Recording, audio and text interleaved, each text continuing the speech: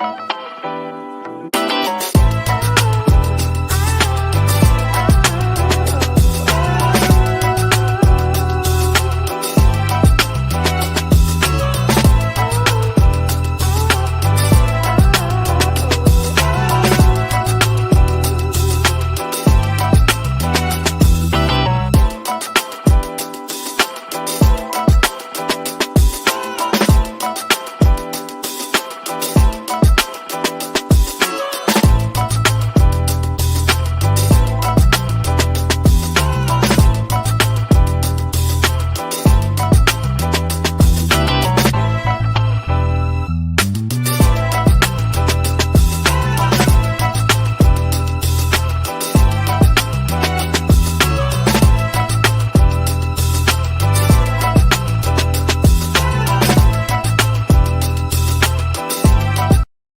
guess we're here. Guys, I guess we're here. We were going to go live a little bit later, but the roster is out. Guys, welcome to the African channel, primarily African and Canadian content. So if you like this type of content, hit that subscribe button. Give me a little bit of a like. 20 likes again. All I ask for this watch long game. We have the third place game for the CONCACAF Nations League. The matchup everyone wanted in the game nobody wanted. In the sense that a lot of the Americans and Canadians thought they'd be playing in this first place game, but oh, how hubris has been humiliated. And here we are playing the third place game. So guys, drop your score predictions. Tell me who you're rooting for. Give me a score line. We'll be here throughout the game, keeping you up to tabs with everything that's going on.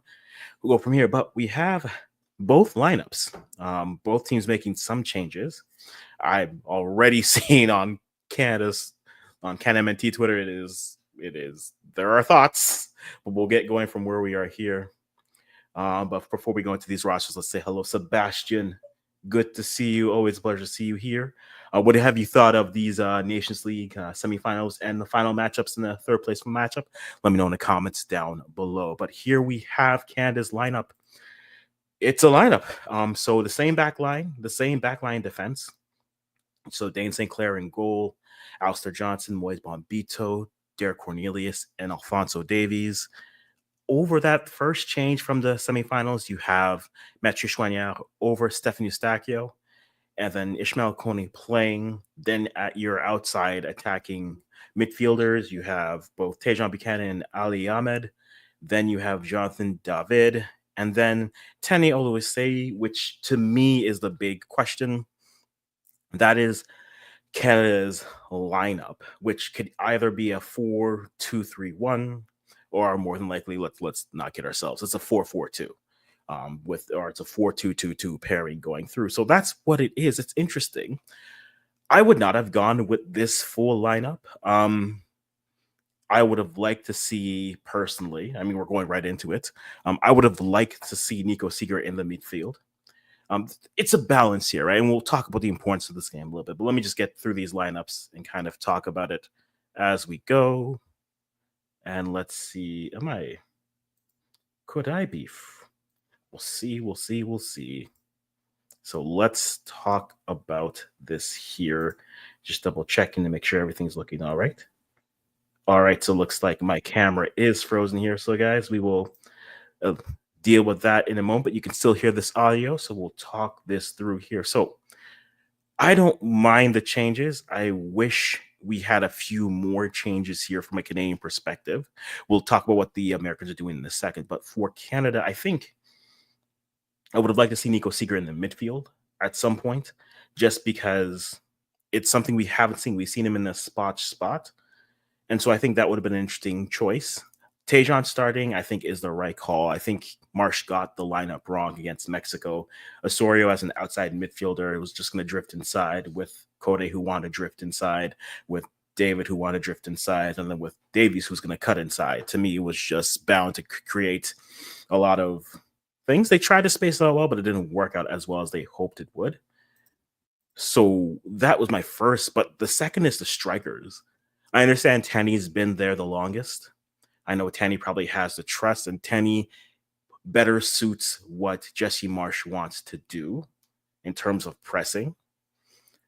But Tanny has had Tenny's had 2 starts in big games, and he has nothing to show for it.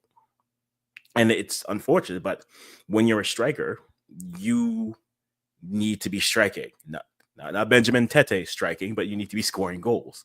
And so for me, that is the major concern I have here. You still have no goals on this lineup here. Now, hopefully, it turns into something a little bit more interesting as we go along here in terms of what possibilities can break through. But if I had to rate this lineup out of 10, I would probably give it, I don't know, maybe a 7. I'm happy with the changes. I'm not happy with all of the changes. So I'm happy that we made some changes, but they weren't the changes I would like. So I guess I'm looking at this as more of a 7. We made changes in places I think we should have, but I would have liked to see different players in those spots. So for me, that's why I would give this lineup a 7, and we'll kind of go from there. So that's how I'm looking at this lineup here. So this is what Canada has. And again, giving it about a 7 because that's what I'm kind of that's what it is, right? I would have liked to see another striker pairing because we saw David and Tanny against Suriname, and that didn't net anything. Yes, it was a lot of posts. Yes, Tanny is probably cursed beyond all measure at the international level for some reason. Now, maybe today is the day that he proves me wrong. I hope so. We'll kind of look and see what that looks like. But this is the lineup that we have for Canada. That to me is about a 7, not the best, but that's kind of what it looks like. And we'll go from there. What they'll be looking at is this American lineup here, which has a few changes. You have Matt Turner still in goal. Cameron Carter-Vickers comes in for Chris Richards. And then you have Tyler Adams, Max Arfston. If I said your name wrong, Max, I'm sorry.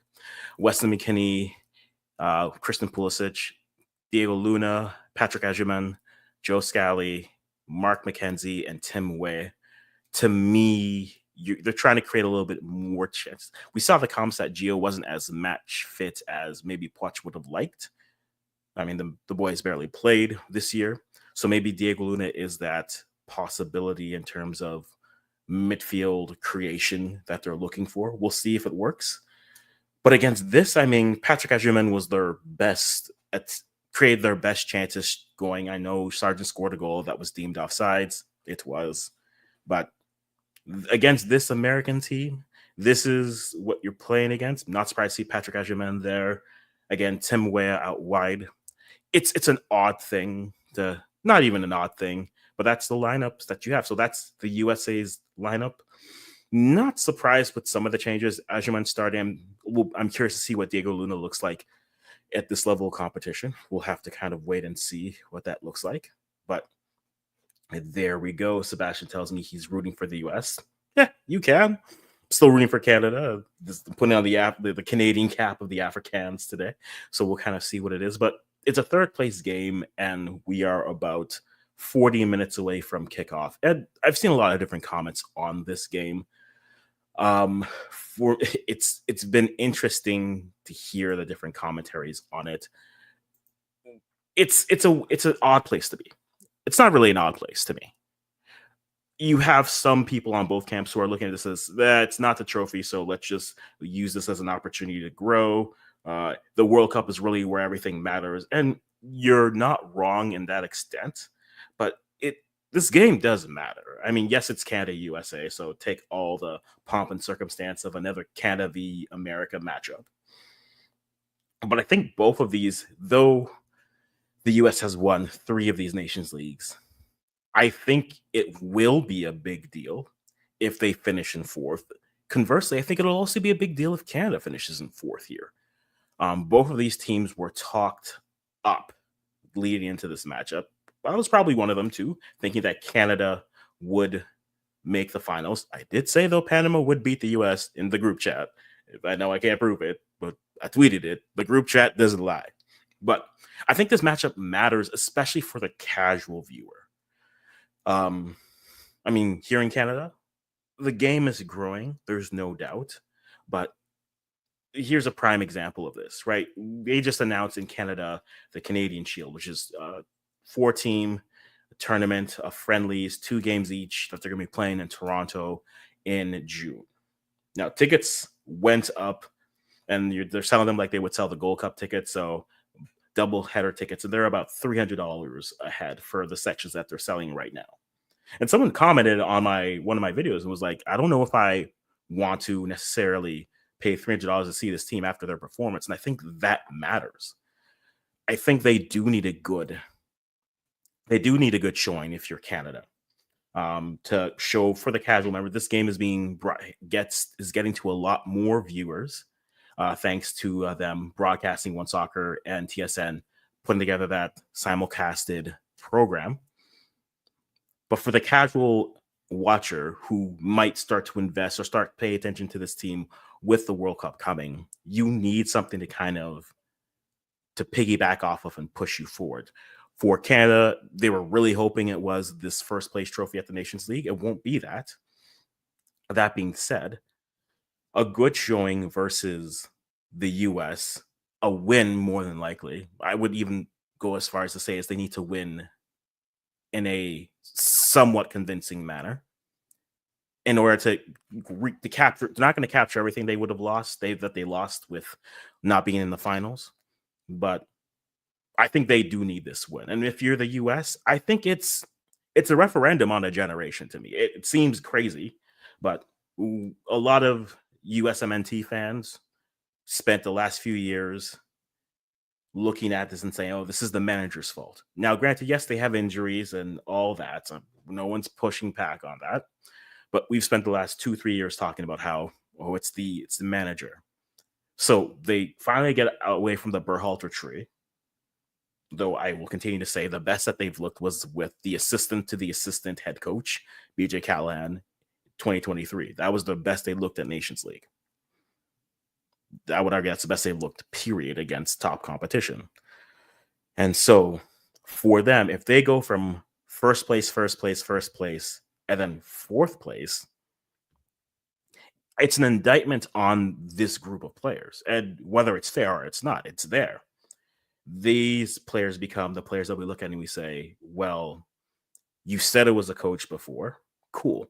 Now the coach is gone, and now you've done worse. Maybe crazy take. Maybe the coach was holding you guys up as much as it felt like it was holding you guys back. Maybe the coaching system was getting the best out of you, and right now you just aren't what you think you were. And I think there's parts of that conversation, though, maybe early, but some of that is starting, I think, for me, starting to apply to Canada's generation in terms of what is the ceiling of that group. This is the second time we've seen them in a big game, and this will be the third time where we see them, and we ask ourselves, how do they look when they have the chance to win something? The last time they had a chance to win something, well, they beat Panama to go to the Nations League finals, but then they had a game that was eerily similar to what they had against Mexico, against the US in 2023. The US was just clinical in their chances, and Canada, though possessed the majority of the game, they couldn't really find a breakthrough. And in many ways, their offense was a little bit toothless. And so it's a big game for both sides. I would say I think Canada has more to lose in finishing fourth based off of the noise that was coming. Now, there's different ways that you can finish in a place. I think how you look matters. And this is the thing where I was talking with one of my boys this morning. I think had Canada lost that game 2 days ago or 3 days ago, whenever it was, Thursday, but it was a game where instead of one shot on target, they have maybe 5 shots on target. Malagon is making saves everywhere, but then Raul is able to finish. I think it's a different feeling than what they are walking into here, but it's still a big opportunity missed for them. And as they come into here, I think of the two sides, I think they need the win more than the US. You guys might disagree with me. Let me know in the comments down below. But I think based off of how both teams walked in, I think Canada needs this win here today a little bit more than, say, the US does. but I could be wrong. You guys tell me how it is. So this is the US lineup again. For those of you who are jumping in late, make sure you drop a like if you like this type of content. Give us a subscribe and all the fun things. The US have Matt Turner, Cameron Carter Vickers, Tyler Adams, Max Alfreston, Weston McKinney, Christian Pulisic, Diego Luna, Patrick Agyemang, Joe Scally, Mark McKenzie, and Tim Way. So differences from the other game, probably Max Alfreston. If I said his name wrong, it's gonna happen. Patrick Agyemang comes in for why did I just forget his name? Maybe his performance was that forgettable. And then Diego Luna coming in as well. So in the midfield, you just have, the midfield could be just Weston McKinney with Diego Luna. Your wingers are Timothy Weah and Christian Pulisic. And then you have Patrick Agyemang as your 9. And then for Canada starting 11, if you've missed it, you have Dane St. Clair, Alistair Johnson, Moise Bombito, Derek Cornelius, Alphonso Davies, Mathieu Choignard, as well as Ishmael Kone in the middle. On the wide areas of that midfield, you have Ali Ahmed and Tejan Buchanan. And then you have Jonathan David and Tani Oluwasi. I don't like Tani starting here. He's had a couple opportunities. Yes, he played. His first start was against Uruguay. Created opportunities, but couldn't score. Against Suriname, snake bitten. Maybe this is the game he breaks through. I would have liked to have seen one of the new strikers come in, because at this point we'll see 20 minutes of Daniel Jebison and then probably 20 minutes of Promise David. I also don't like the pairing of Tani with Jonathan, though there's a little bit more movement. I understand the logic of Jesse Marsh in terms of wanting to have this so he can press a little bit more, but we'll kind of wait and see what this looks like. To me, it's not my preferred. I think I would have liked for Canada if they had started Nico Seeger over Mathieu Choignard, and then either Promise David or Daniel Jebison in your 9 spots over here. We'll see if their strategy changes. Lobbing long balls to these 2 players isn't the strategy. That's what they were doing for Jonathan David, Osorio. So a lot of the things they got wrong versus Mexico. So guys, those were the 2 lineups. Let me know in the comments as we go, who does this game mean more to? And conversely, who can't afford to lose this game? Guys, let me know in the comments below as we get going. We're less than 40 minutes away from kickoff, and we will be giving you a little bit of my version of play-by-play going through and watching along with this. So we'll have the score up here and letting you know. I am going to be watching this thanks to the powers of VPNs. And so I'll be watching this here. But if you are in the States, there are different channels and networks. If you're in Canada, it is on TSN. If you're outside of the CONCACAF region, you should be able to get this on the CONCACAF YouTube channel, which is what I'll be doing. And we'll kind of go from there. But we got some people here. Kakis. Good to see you. I do remember you. I was a little bit under the weather yesterday, so I didn't get to messaging. I was going to do more of a recap today or yesterday, but I wasn't able to do so. So that's where we're at. And Tedexer, always good to see you. Good evening. Guys, let me know in the comments what's your score prediction firstly, but then also what team can ill afford finishing in 4th, and which team will it matter more to finish in 3rd, which is basically I'm asking you, who do you have winning and vice versa? And we'll go from there. We are less than 40 minutes from kickoff, 3rd place game for the CONCACAF Nations League.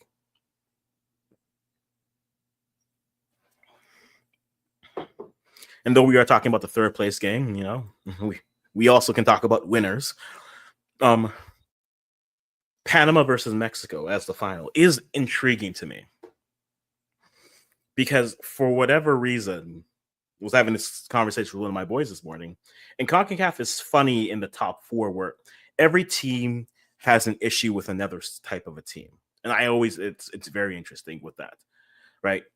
I think the US and Canada match up well for each other. I think Canada matches up best against the US. I think Panama can play with all these teams. The question is, will they get the finishing? Against the US, they were able to hold the score scoreless, and they took advantage of their one great opportunity. But even against Mexico at the Gold Cup final, they were getting chances. They just couldn't convert. and then Mexico came back and finished, and they win the Gold Cup. So you have that. The US, for whatever reason, gets up, was dominating Mexico. We'll see how that looks like in these next versions of the game, especially with full sides there. And then Mexico, and then the US, Canada will go to Panama, and I think Canada can out talent Panama. I think when we were looking at it from the Canadian perspective here, right, when Canada played Mexico earlier last year, at the end of last year, I think the game that a lot of Canadians expected was a game that they got versus Panama. The Mexico game was a lot more dredged out, a lot more fouls, no real flow of the game. It was a CONCACAF game. And Panama can do that to you. But Panama, my concern with Panama has always been, can they get the talent to supplant this group that's here to kind of push them to a next level, right? When the Casquillas start to age up, Waterman is aging up. Can you find a 9 option that can maybe be someone who can be someone they can put some hopes on and build on, so you could have another generation that's sustainable? That's always been my concern with Panama, but I don't ever concern myself with their coach. As I said after their game, I think Thomas Christensen is the best coach in this region, pound for pound, based off of the talent that he has at his disposal. And so, because of that, I think it'll be a good game. My head tells me for Panama v Mexico, it'll be a tight game. I think it'll be similar to what happens when Canada plays Panama, i.e., Mexico has 2 strikers that can be him on that day, whether it's Raul Jimenez or Santi Jimenez. Either of them can be that player on the day. And I think because of that, I think Mexico wins their first Nations League title tonight. But that's after this game. But in the off chance that, it's not even an off chance, Panama has done this. Panama's going to make this game tight and contested. I don't anticipate a big blowout in this game. But if Panama wins this game, which wouldn't surprise me, it wouldn't be a shock to me, even though I'm picking Mexico, I think then we have to have a whole nother conversation with Panama in terms of they're still in the top 4, but they are a team that any given day can take. They've beaten the US. They would have beaten Mexico. The only team they wouldn't have beaten consistently, or at least had a win against. No, they have a win against Canada. They had a win against Canada at the end of World Cup qualifiers. If they are able to get this win, I think how we look at the top 4 will be very interchangeable in the region, though you'll give some points to the teams who've been there and done that before. I do think, though, if Panama emerges victorious, there is some real coverage. I wouldn't mind if someone said maybe Panama could be second or third. We'll kind of see from there, and we'll go from there. But let's go to some of these comments. I see everyone who's starting to stop by. Thank you. Do appreciate you for stopping by. If you're just here for a minute, hit that like button. We'll be giving you some play-by-play and a scorecard going through. I'm going to be watching this on the CONCACAF YouTube channel, but in Canada, you can watch us on the TSN channel, as well as One Soccer if you have those. If you're in the States, Paramount will have it. If you're outside of the States or Canada or Mexico, you should be able to get this on the CONCACAF YouTube channel. So with the powers of VPN, that's what I will be doing. Let's go and talk about some of these comments that are in. To Dexter, again, good to see you. Appreciate you being here. Sose, always good to see you. Bless up to yourself. Hope the family's doing well. Sebastian says, Canada won any games? They've won games, yes. In terms of in Nations League, they were finalists 2 years ago. So they beat Panama, then they lost to the US in that final. And then here they lost to Mexico. But before that, so after the Copa America, they beat the US 2-1 on US soil. They drew Mexico on US soil. And then they beat Panama in a friendly in October. I actually went to that game. Yeah, all the respect for Panama there. And then they beat Suriname in their 2 matchups to move on to the Nations League semifinals. So they do have wins. I think how they looked versus the teams coming forward. A lot of people were very excited, plus the form of the players. But it's another game where they weren't able to get the result they were looking for. And so, unfortunately, for them, they're playing a third place game. I think a lot of Americans and Canadians thought this would be the finals. So, it's a final, but for third place. So, good for them. That'll be the game that they play. And so that's where they find themselves. And we'll go from there. So let me kind of break this down. Let me throw up the build squad when it'll be a 4-4-2, what I think it'll look like here. So let's kind of play around with this, put these players up here. So we have Tani going here, Tejan, not Seeger. Cool. Which was the one switch I would have made, but that's all right. So and then we have Chouanière. There we go. And then Dane St. Clair as your goalkeeper. So let's talk about what that would look like here. Just a moment, because things behind the scene are always fun. Dane St. Clair as your starting goalkeeper. All right. So it would look a little something like this. This is what we're anticipating, a 4-4-2. I'm wondering if they're going to put Ahmed over Johnston or Tejan. I think you are better off putting Tejan on the right than Ahmed on the left. So that's what I would personally do. So swap out. We're going to put you back in here, and then we're going to put you over here. So that's what I think it'll look like on the starting 11. Sean, I see you. All right, Sean, good to see you. Good to see you. Canadians represent. I see you. I see you. Well, already getting contested in the chat. It'll be a fun time, guys. It'll be a fun time. But here's what I'm anticipating it'll look like here. So in attack, again, you'll push up a player like Ahmed further up the pitch. So he will move further up into the space. David will move into drop down in here. And Tanny at the top is not. And this is where I wonder about this lineup. It almost feels as if, do they want to sit back and defend and then try to hit with the counter? Because if that's what they're trying to do, I can understand the idea of having Tanny, because then you'll have a little bit more pace on that transition, someone who can stretch the lines a little bit more. David has some pace. Tejan has pace as well. Ahmed has that pace. Davies, we already know. If their plan is just to sit back and defend, again, I understand it. I'm not necessarily in agreement of the starting 11 per se, but I can understand the logic with it. I'm not sure if that's the right call. That's where we'll have to wait and see where it is. Because again, if they're going to try to play in this type of a transitional space, this is where I again suggest you need Jonathan David can be a good transitional 9, and we've seen that at Lille. We've seen that under the Herdman era where he would be that. But if you're trying to play a defend and go forward, you need a hold up. And Joe David is not necessarily the strongest in terms of that. Neither is Tanny. And so my concern is if they're going to try to play that and then try to use that hold up to move off of that and move forward, it's a concern for me because I don't know if that's the right personnel to do that.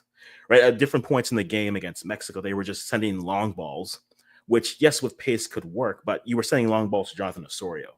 You were sending long balls to Jonathan David, which wasn't the best choice of their skill set. And so if that's what you're going to try to do, that's fine. But this suits much better a transition style team. And if you're trying to confuse them, especially because, I mean, if we look at the US's lineup, again, they aren't starting. Yeah, no Tim Reams.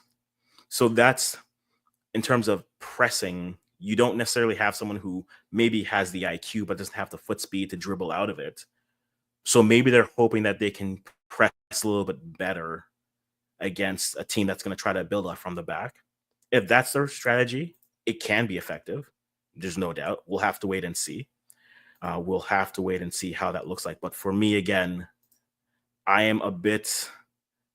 I would not have started, and I said this at the start. I would not have started Tanny. I would have started either.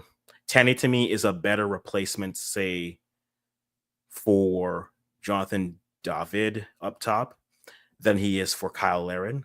I mean, he's had two good opportunities, and for me, like if he doesn't produce here, I'm not sure what he brings other than he's a. I keep on making comparisons to other players, but we don't need a player. Well, speak purely from the Canadian perspective. We don't need another player who's great at pressing but gives you nothing else. Because at the end of the day, you need to outscore your opponent, which is the problem I think a lot of us have with Kyle Larin starting, which is sure he may press, but where's the results? The only 9 who has scored on this team is Jonathan David. Jonathan David is that player who can do that. So I'm not sure if that is the strategy or the 9 that you want to go with. I would have rather seen again Promise. I would have rather seen even. I would have rather seen Daniel Jebison in that situation. In the midfield, that is an interesting choice as well. I'm curious to see what this looks like in terms of Choignard and Kone. I think when you do that, you give Kone you give him more of a flexibility to move forward because Choignard ends up being more of the stand back. But if you're going to play a Kone, you are a little bit anticipating either having someone further up the pitch who can gain that possession, turn and create as they go. So it's puzzling. Tanny starting isn't my choice, and I'll keep on going to that, and that's all right. And then Waterman is not there because you have Bombito and Cornelius there. So those would have been some of my changes, what we have done. And so that is what we look at. Cornelius as your center back. And there he is. So this is the lineup that Canada has. This is what I anticipate it being. I know there's some who hope it's more of a 4-2-3-1, which if that was the case, it would then look like David as your cam, Tejan on the right, and then Kone in there if it morphs into that. But again, Tanny's not the 9 to lead the line. So for me, that's not the choice necessarily for that. We'll wait and see what it is. Sean Boy, we see you there again. And then JD, bless up to yourself. You're up late? Or are you here to watch some good football this evening? Always good to see you here. If you guys haven't already, make sure you go to all his channels. I max it, we max it, they max it, she max it, they max it, Lee max it, whatever max it's there. Make sure you go and subscribe to that because it's where football used to live and it still does, as we say. But this is Canada's lineup here. As we're seeing, for those of you who missed it, throwing you back to the US's lineup here. Matt Turner, Cameron Carter-Vickers, Max, Mark McKenzie. You have Timothy Wade, Joe Scally, Patrick Ajuman, Diego Luna, Christian Pulisic, Weston McKinney, Tyler Adams, Cameron Carter-Vickers. That's the 11, which to me looks like a 4-3-3 or a 4-2-3-1 type of a setup, which I'm wondering which. And this is where when we get to this matchup, when we're 20 minutes away from it, no one's put a prediction down. So at some point, guys, I know. I was under the weather too. But how these two teams match up, I think Canada is better. Their matchup is better for the U.S. than, not to say that Mexico is a better side. I think they outcoached Canada and they out-tactic them all through the night. But especially, I do wonder which one of these teams between Canada and the U.S., which one of these teams wants to go on the front foot?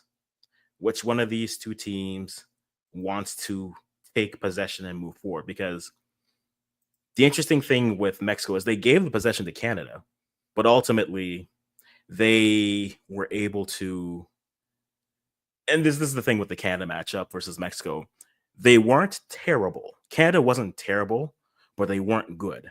They weren't bad enough to be terrible. They still were able to move the ball. They still were able to create opportunities. But when they got the ball in dangerous positions, they were toothless.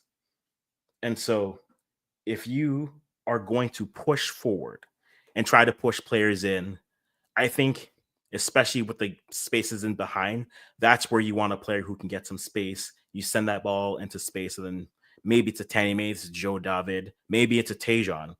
I think those players are better suited into this transition. I'm curious to see if Canada wants to play back and defend maybe more into that mid block and see how the US tries to move forward, or if they conversely say we want to take the game to the Americans and see what we can do with it and hope that they have the speed to recover in the transition.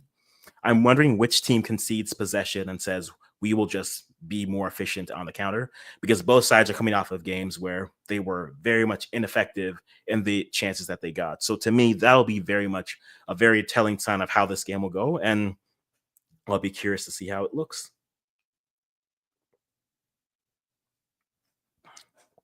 All right. So we got Sean Base in the building. I see you.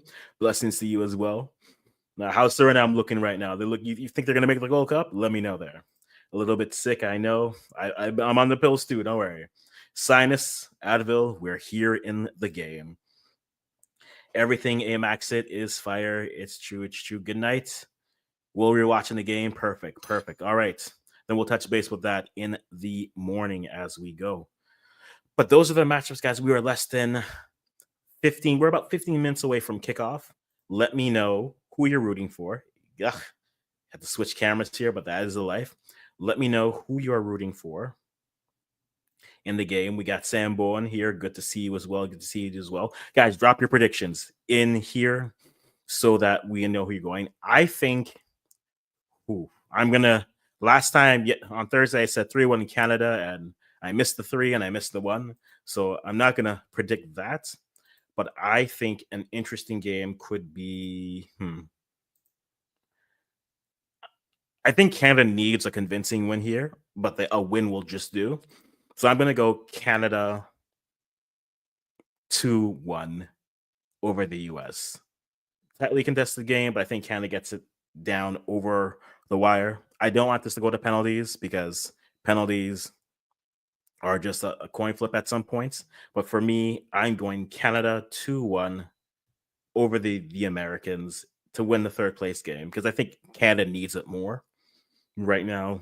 But you guys let me know who are your score predictions, and also give me a score prediction for the final.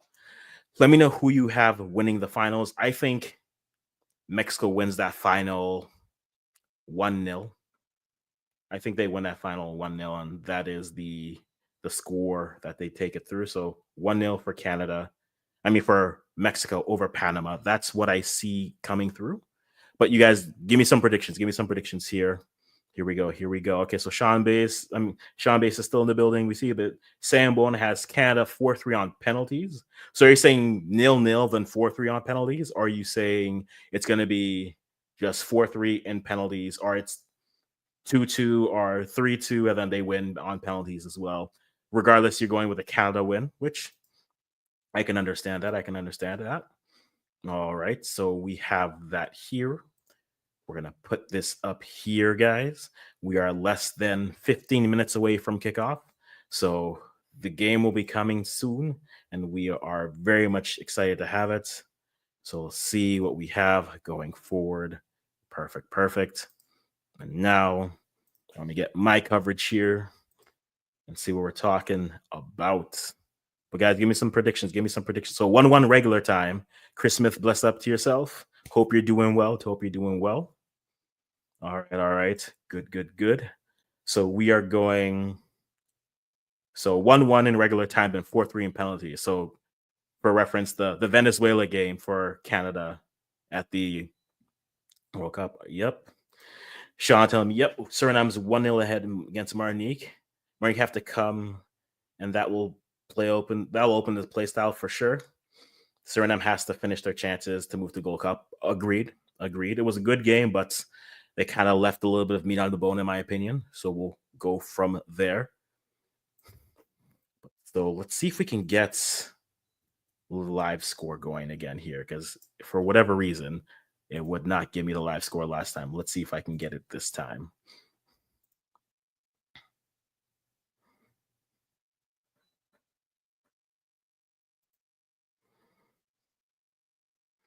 Alrighty, all right. Perfect, perfect. So again, we are less than 15 minutes away from kickoff, and we're going to be going here. Leave your predictions in the comments below. So far, we have one prediction and my predictions as well. Give me predictions of both games as we go, and anything anything you guys want to talk about as we watch this game. I am fair game, so no worries with that. We are going to be here and we're going to enjoy watching this matchup as we should and as we will. So let me get this here. Enjoying the day. See, Tack's got his going on, so good for them. Good for them.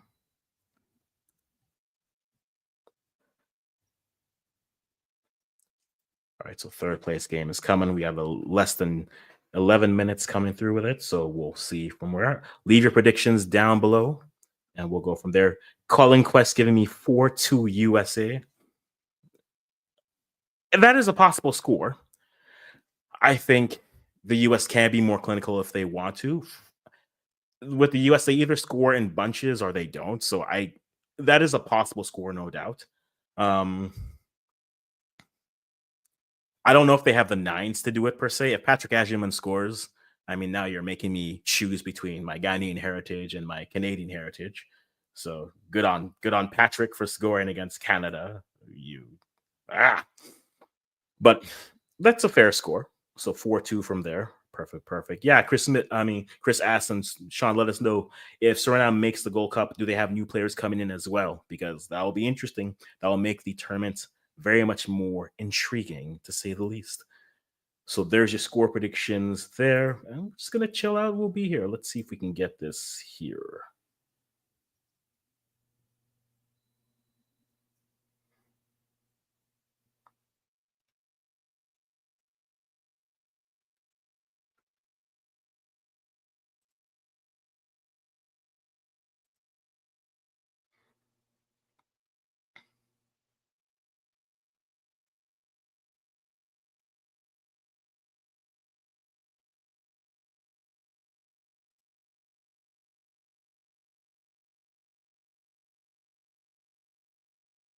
All right. Doesn't look like we have it here.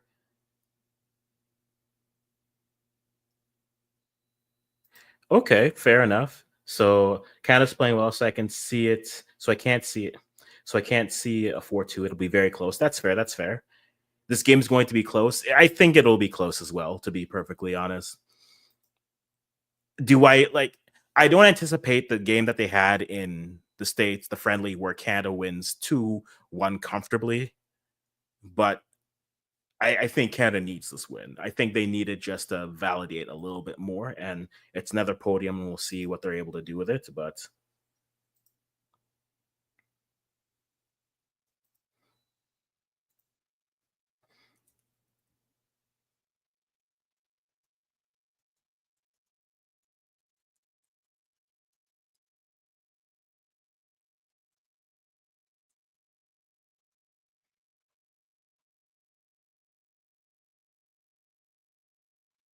already. So we're less than 10 minutes away. Live score is not giving me my score bug.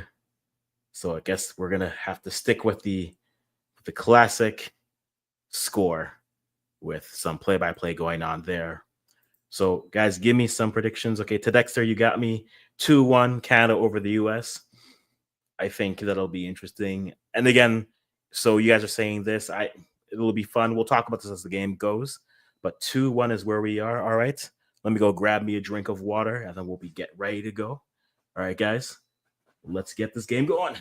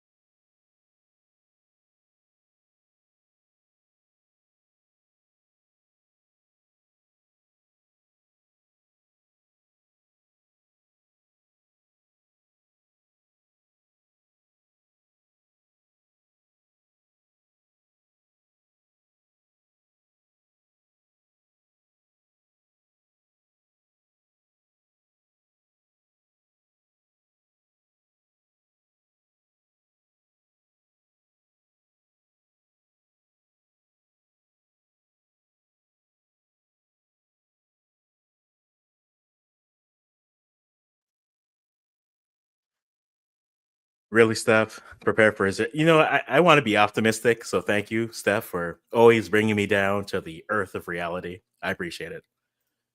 All right, so for on Suriname, Doki, Dilrusun will join and still take Piro and Somerville. I'm still in talks are those two. Okay. So if Suriname makes it, they could continue to build on this and we'll see what they're able to do. I think this Gold Cup will be very interesting and fascinating. We'll go from there. There's no cool. Steph Jordan being my ray of sunshine on this cloudy day. Appreciate you, Steph. Really. I really do. DNA football. I see you. How are you feeling with Trinidad? You think they're gonna get it over the line? Their first leg was on the road, right? Or was it at home against Cuba? Let me know there because for whatever reason I have I have missed that.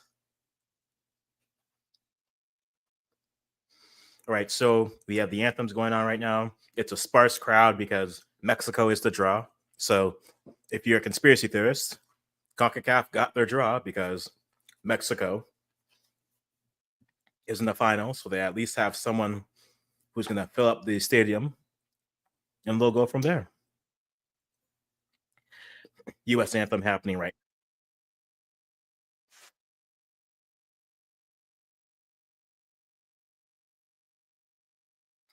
Looks like the U.S. are in their popsicles again, so they're blue kits, they're rocket popsicles. Okay, okay. So you're thinking Trinidad in? Okay, good, good, good. Just the same as we asked Sean, does Trinidad have any? Oh, that's true. That's true. Yeah. So they were away from there. So we will go and see what it is. Oh, so we're going. Are they playing the whites again? So okay, so CONCACAF has this as a 4-3-3 or 4-2-3-1, which makes no sense. Um,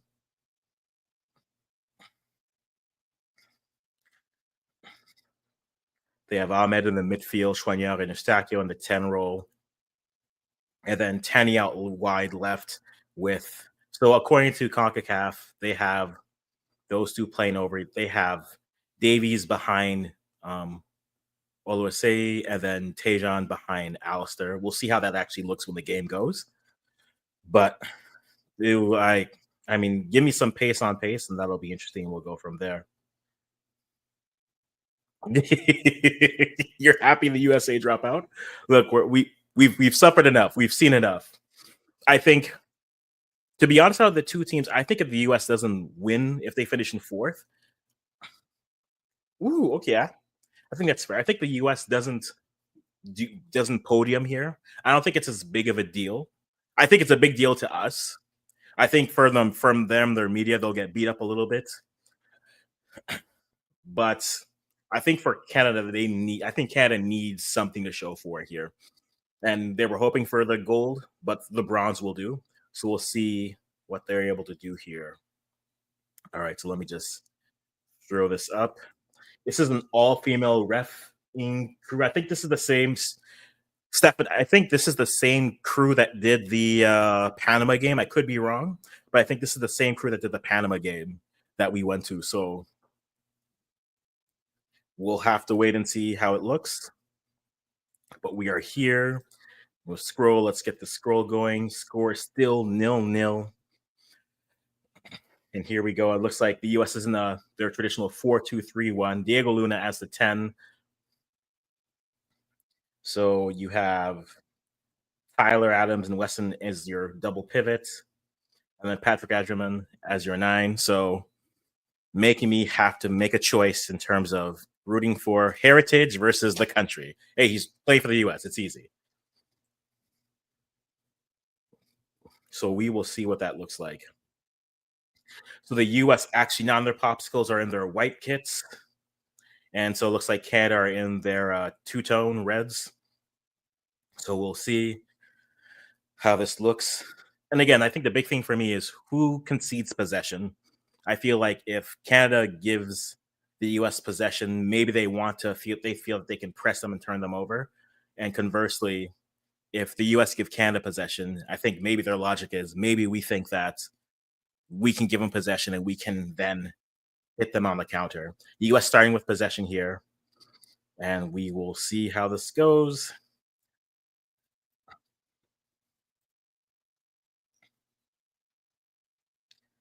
All right, and the ball is kicked, and here we go. All in, and the game is flowing, and we are going. Canada wants to win the crossbar challenge.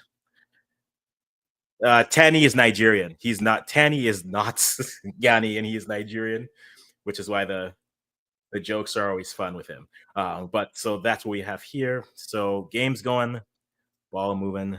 Canada moving it around back. Cornelius saying it over the top, tripped over, tried to chip, and we got a throw here coming for the US. So Ahmed looks like he's on the left side. So Ahmed is over Davies, and then Tejan is over Alistair. So Tani looking to pressure, ball being passed around the end. Scally looking to cut it back inside.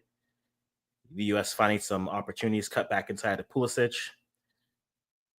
There we go, chipped.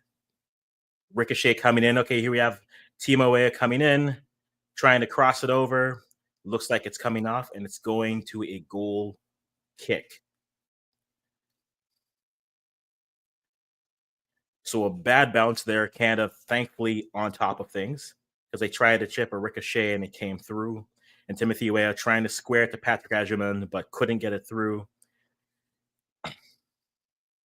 And there we go. Canada building from the back. Here comes the ball. Bombito pushing forward out to, oh, looks like a clear offsides coming here. Tejan was offsides, but you're seeing them wanting to push and build. So from the US standpoint, you're seeing them break the press early, which is nice. From Canada, you're seeing their build up, just got to stay on side. So 2 minutes into this game, still 0-0, and we are going and flowing as we go. The Mexico's not playing. Mexico is a draw in CONCACAF. The US is a decent size, but Mexico is the draw here. So we have a throw in for the US deeper into the about midway through the Canadian side. Joe Scally taking it on the right hand side. Try to place it back and now turned over right out. Canada winning the throw in. Davies on the throw. I guess this is the challenge of who looks good in a t-shirt here because both Marsh and Potch looking good in their sports shirts. A long ball, Ajiman tries to get on the other side of it, but closed down by Bombito. Sinclair wasn't decisive on how to get over and off the ball. Switched over. Tejan looking for space. Nothing there. Back to Johnston. Johnston building inside. Crossing. Bombito out wide. Back to Cornelius. Back out to Alistair Johnson. Looking to turn. Sends Tejan. Tejan gets behind the defense. Tejan with a bounce. Tries to cross it over. And sent back over a throw in. If you see that, that's what was missing from the Mexico game. Someone who's direct on the wing. Tejan should have started, but I digress. Ball passed out now. Canada deep in the US zone. Canada working the ball around. Dribbling out. All right. Down Cornelius. Back to Bombito. Bombito backtracking. Back to St. Clair. Looks like they're going to reset and recycle. Here we go. Ball out to Cornelius. Cornelius advancing, surveying, but back to Dane St. Clair. Dane St. Clair. Back to Derek Cornelius. Derek passing out to Davies. Davies on the wide. Cuts it inside. Passing it back to Kone. Kone now on the ball. Kone moving the ball out right. Tejan with the ball. Tejan playing it back to Bombito. Back to Tejan. Tejan looking. Passing it to Alistair. Chipped over, and we're getting a throw to Canada. Schweinel doing a good job so far. By Alistair Johnson on the toss, looking for some opportunities. Finally throws it in. Now you have it to Tejan, and it's last touch. Nope, that was touched by Tani. Last touch by Tani, and so it's a throw in for the US. Ball not out. and a throw for the US. So Canada trying to get into pressuring and seeing what they can do here, and we'll see if they can continue to maintain it.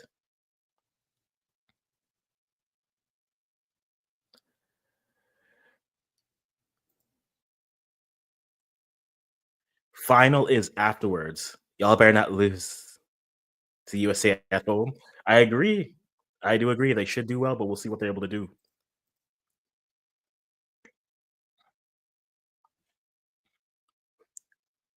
All right, here we go. Drop ball. Tenny pressing further up. Tejon out wide. Luna trying to hold off. Alistair trying to push forward, but it's a foul on Alistair. And so free kick to the US. Feels like I'm a little bit behind. We'll see what's going on. The ball put forward. There we are. A nice save, but good defending. But Davies looks like he's a little bit shaken up after shutting down Ajuman. There's a lot of just deflections, ricochets that are going the USA side. Canada's blocking a lot of shots and blocking a lot of passes, but the rebounds are putting their opponents into advantage situations. So have to be a little bit more. They have to be a little bit more aware of what they're doing. Patrick Ajuman, maybe if he turns a little bit faster, CCS Pulisic running scot free towards a goal, squaring it, but he's not able to do so. But Patrick Ajuman, this is that's Ghana on Ghana. That's Ghana on Ghana board. Okay, so can't be having that. We can't be having that. All right. So when is final? Final starts at I believe 10 tonight. So in about or in a few after this game. So we'll see how that is. I wanted Panama to win the final. I think they have a chance to. I'm predicting Mexico, but it would not surprise me if Panama win this.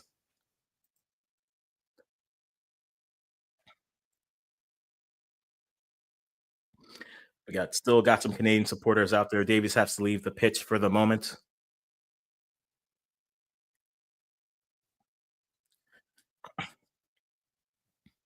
So free kick for Canada. Dane St. Clair over it. Looks like he's going to send it deep.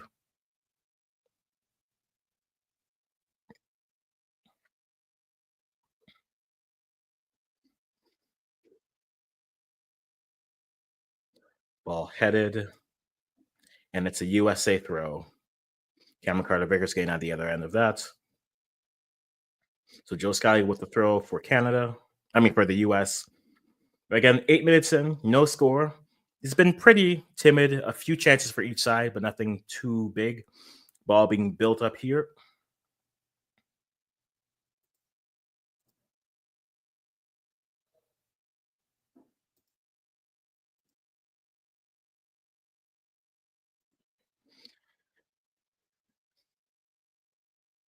Okay, here we have Tejon going forward.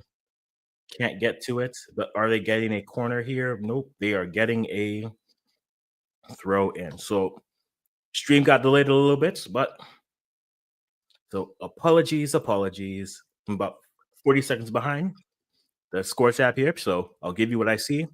Let me know what you guys see as well. Who looks good so far in this game? Quick throw. David with the ball, squaring it over. Here comes Ali Ahmed, squares it through, deflected, and looks like Canada has a corner coming through. Good transition again. You're seeing Canada a lot more active on the transition and players a lot more. Oh, if that pass is more grounded, they have a chance, and we'll see where it is. So we have a corner coming for Canada. We'll see what they're able to do. Mathieu Choignard on the corner on the set pieces. I think that's another big story for Canada. On set pieces, they were dreadful. Let's see if they can improve their chances moving forward here.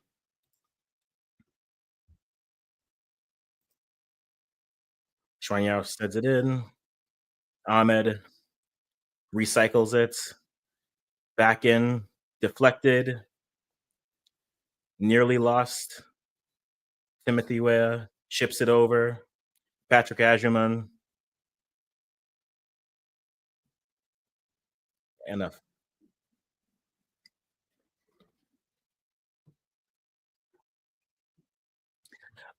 Alistair's lucky not to get a foul there. I know they're both going for the ball, no one gets it, but that is a touch.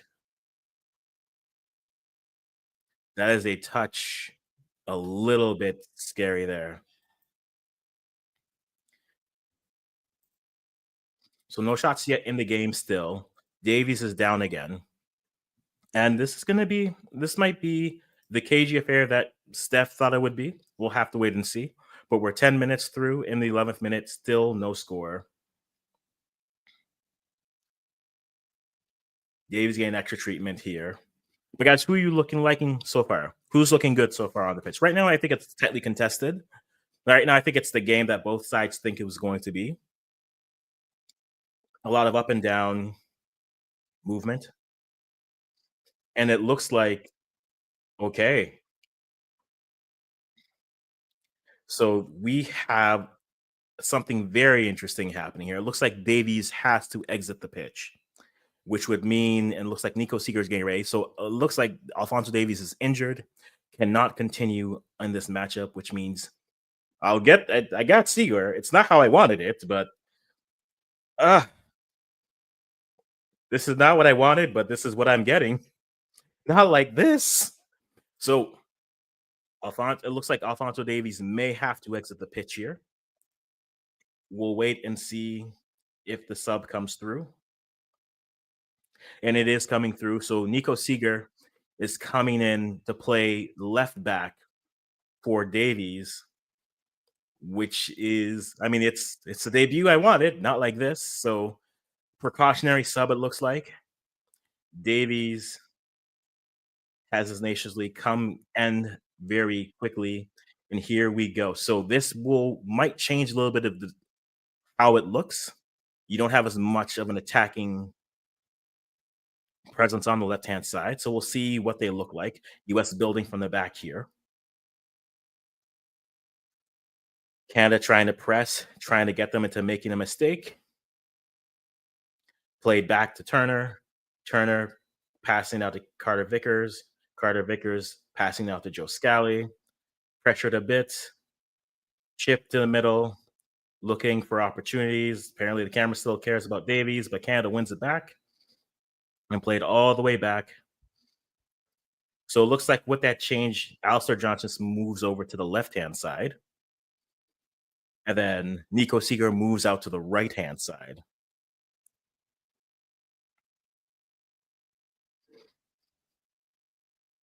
So too much Ghana on Ghana violence here for my liking. Turnover in the midfield, the US building back, looking, passing, trying to chip it over, and kicked out for a throw in for the US. US in an attacking position, throwing the ball in. We'll see what they're able to do here. Ajiman tries to turn, and it's a corner for the US.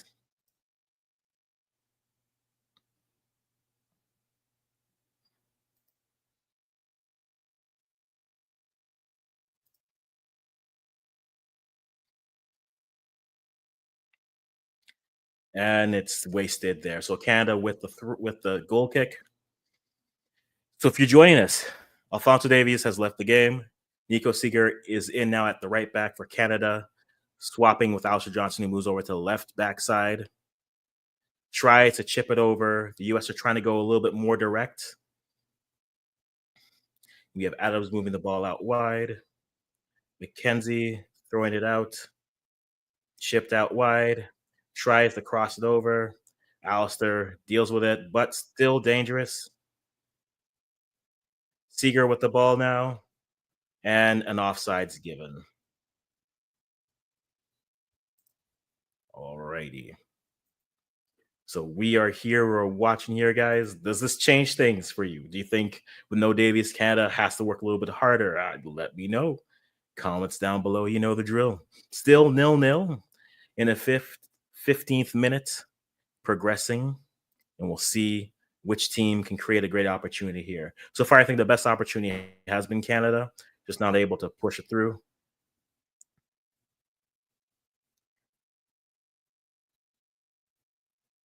Ball played back to Dane St. Clair. Pass back to Johnson, who clears it. switching it. Arson keeps it in and reset for the US to build back from the back here. Still no score. Entering the 16th minute of play. Like both teams looking evenly matched so far. Throw for Canada coming up near the midfield. Nico not looking too bad.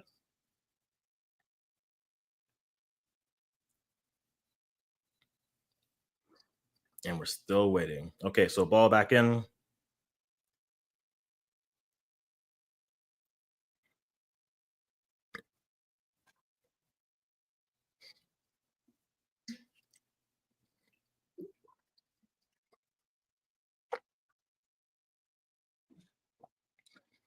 Jonathan David trying to chase this ball. Well, Aliame tries to chase the ball. Keep up for game. They're on 20s and 10s now. So throw for the US. Coming in, we're in the 16th minute. Still score. The big story of the game, Alphonso Davies has to exit early. So Nico Seeger in for him. And we'll see if Canada's able to play well. Ball chipped over in the middle.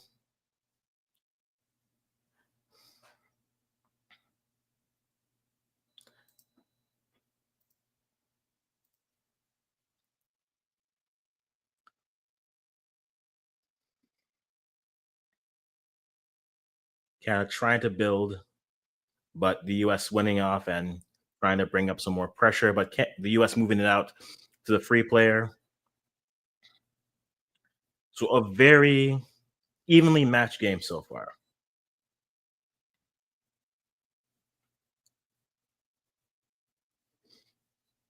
Very evenly matched so far.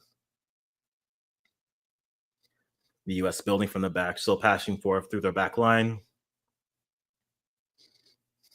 to the middle, moving it out left.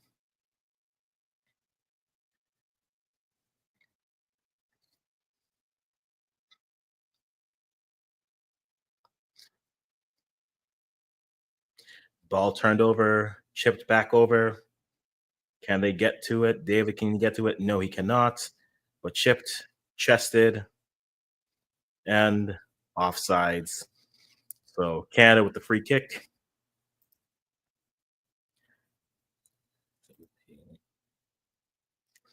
So in the 18th minute, still going. Chipped in. Choignel looking to pass out back to Bombito, back to Cornelius. Sends a long ball to Alistair Johnson down the left-hand side, but can't keep it in.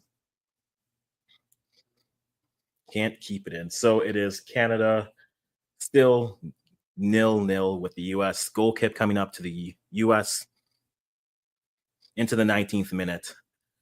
Still no score.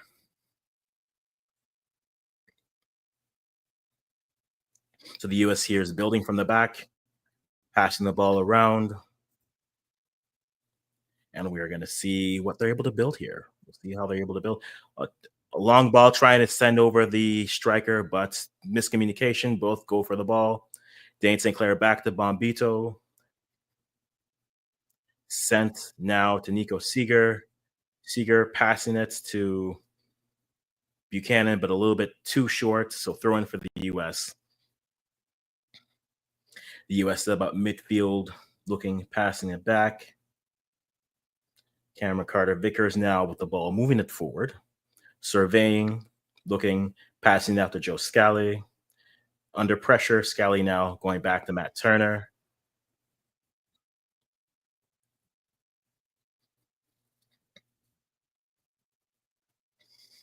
Now the US being patient in their build-up and trying to pass through the press and try to pick a lock but couldn't. Turn the ball over again. And now we have a throw coming to Canada. Very timid in the midfield. We'll see what they're able to do. Here comes Seeger coming down the right side, unable to create a great attacking opportunity. Fought off by Luna, and ball played out, ball chipped, and a foul on the Canada. So free kick for the US. In the 20th minute, coming to the 21st minute, still no score. and we'll see what is able to progress here.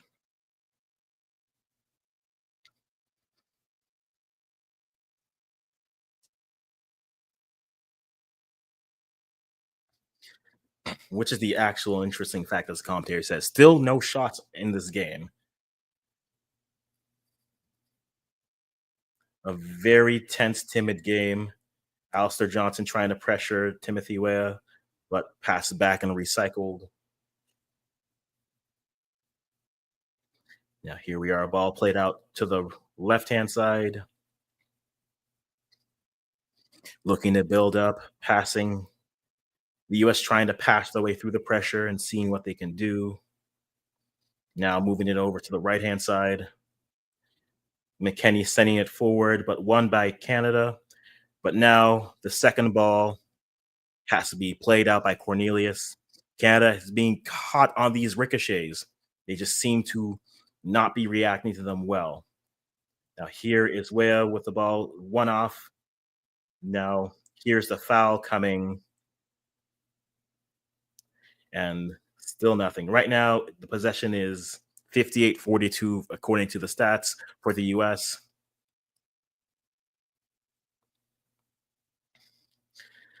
But still no shots on frame. Johnson sends over a shot, deep throw for Canada. In the attacking half, third, would say.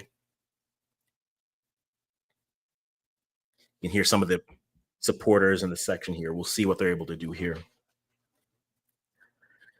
Derek Cornelius enters the box. They are looking for a deep throw from Alistair Johnson to create an opportunity. Now here's the throw. Yeah, what a save. That is the best chance on the game so far. The best save, the best shot on the game so far. Kone had an opportunity, saved by Turner, and we're going back and forth here. So Turner with a big save here.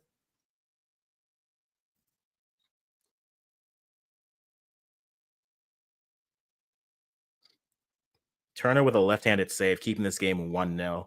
But really, it's a deflection off of Weston McKennie, who's able to block the shot. If it doesn't get to it, it might be 1-0 Canada. So here we go. Dane having to clear the ball.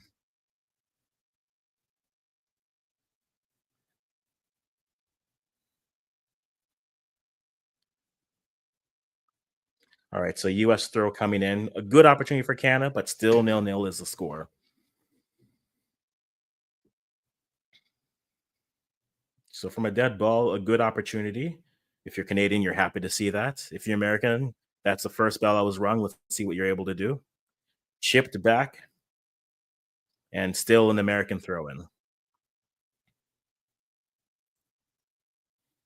All right, here we're in the 24th minute. And sent forward. Chip to the middle. Now here's Tejan coming in the middle. Sends over. Nico Seeger now has some space. Looking. Cuts to the middle. Looking for opportunities. There's sent out to Ali Ahmed. Ali Ahmed one-on-one with Joe Scally, looking for an opportunity. Cuts inside. David sends it in the middle. Still nothing. Ahmed with the ball still. Sends the ball in, deflected, and looks and it's cleared. Ajiman tries to clear it, still back in. Looks like Ajiman trying to win it again and cycled back to Dane St. Clair. Canada looking like they're turning up the pressure after that one opportunity, trying to get the ball into dangerous positions. Looking far more dangerous, but both teams looking great on the transition so far. So we'll see who's able to break the deadlock first. Still 0-0. Ali Ahmed heads it, but then it's one back. Some pressure. Here we go. Kone with some possession in the middle, looking for someone progressing forward. Johnson now back to Schwaniel, to Kone. looking for opportunities. This commentator calling him Kona is really going to bother me.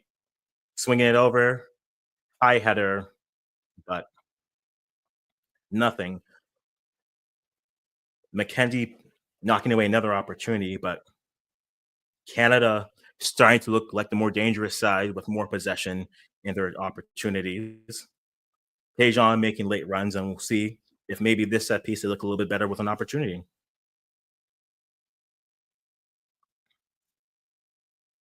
Right, so corner coming up for Canada. Mathieu Choignard on the delivery. Seager with the ball, plays it out, clears it in again, but nothing. Ball won back by Canada again. Going to try to recycle it, cycle it back, but having to reset all the way back to the keeper. Played in the middle. Dane St. Clair passing out wide. Mathieu Choignard sending it to the middle. And sending it out. Now you have Ali Ahmed. Tejan Buchanan, I'm sorry, on the win, looking for an opportunity. Tries to thread it over, not able to get it. Ali Ahmed wins the second ball back. Still dangerous for Canada. Still dangerous for Canada. A little bit too pressing. Still nothing. Puts it in. Goal. And Tanny actually scores. Tanny scores. Like I said, so maybe today's the day Tanny scores. Tanny has made me eat my words. Unless this comes back on an offsides. This is 1-0 for Canada.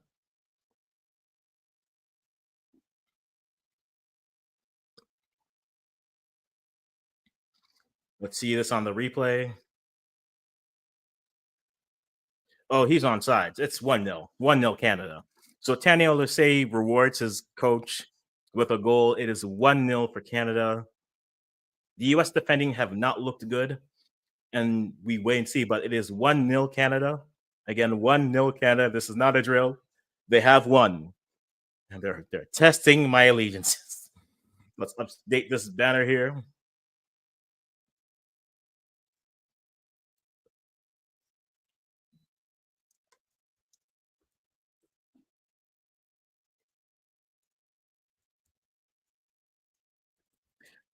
So Tanny has scored. It is 1-0 for Canada. And this game now becomes interesting. The crowd isn't the best, Sean. With these setups, CONCACAF likes to do double header things, so similar to what they're doing in the Canadian Shield. And I think in doing so, with a lot of the Mexicans will buy the tickets. And that's what happened with the game, right? So the US played first, but a lot of the Mexicans bought the 2 tickets, but they just showed up for the Mexican game. So that's what's going to happen. Once you get to about the 60th minute, it's going to start to fill up and it'll feel like a good crowd.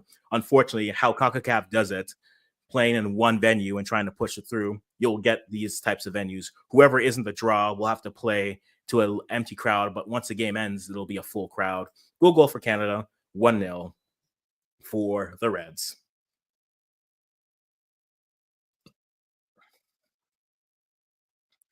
Checking the goal here. Oh, so now we're checking the goal. So now I have to live in the world of VAR. It looked good. It looked good to me. Oh, let me just check Twitter to see how many people are yelling.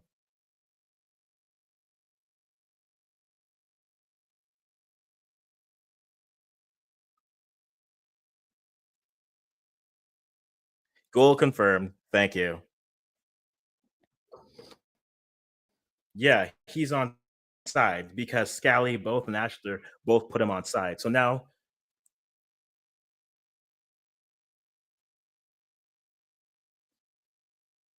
Scally now on gets a yellow for a high boots to, which is interesting. Now you can put a lot of pace. Now you can put a little bit more pressure on that left hand side, which means you're going to see a lot more Alistair Johnson bombing forward. But it's a high boots to Ali Ahmed, and yes, so Scally now on a yellow. Canada up 1-0. And they, as the commentators say, they do have the edge. Free kick switched and a throw in after they try to switch it for Canada. So 1-0, two stories. Tandy actually scored. Uh, and Alfonso Davies left the game early with a foot injury. Nico Seeger on and now.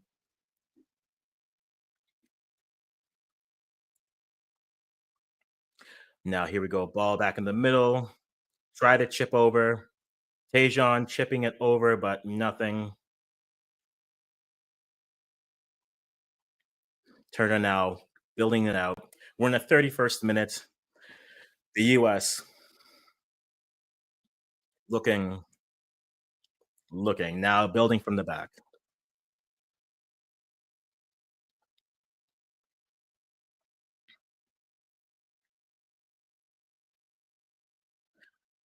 But sometimes you get captured into the game. But here we go. A middle ball through to Davies or to David. But nothing. Kone trying to build. 3 shots so far, all for Canada. And the US having more of the possession here. So we have an offsides here. So in the 32nd minute, but we're seeing Christian Pulisic trying to be more involved in this game, trying to be more involved, trying to create a little bit more as we go, but still 1-0 for Canada. Tanny scoring in the 28th minute.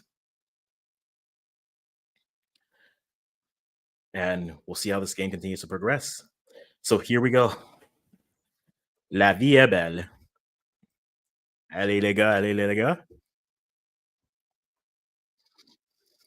All right, so Dane Sinclair sends it deep. Second ball won by Canada. Played out to Ali Ahmed. Ali Ahmed looking to going through. Chouanier plays it out to Ahmed. Ahmed looking left. And a throw in for Canada. And looks like another deep throw might be building up for. Yep, Alston Johnson looks like he's getting ready for a deep throw to Canada. Derek Cornelius is in the box. So another set piece.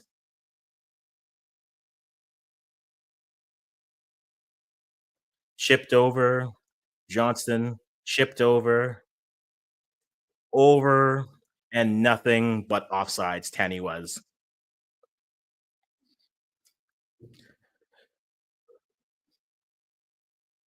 Yeah, Tanny is offsides on that. So US a little bit better, but still looking shaky on set pieces here. So Canada up. But here we go. Timothy Weah trying to build off the left, but unable to go. Now here comes Cameron Carter Vickers out to Joe Scally. Scally saying it forward. Dane Sinclair decides. This has been an interesting thing with Dane Sinclair. He has been a little bit hesitant to come off his line, which both helps and doesn't help when it comes to build up. Ooh.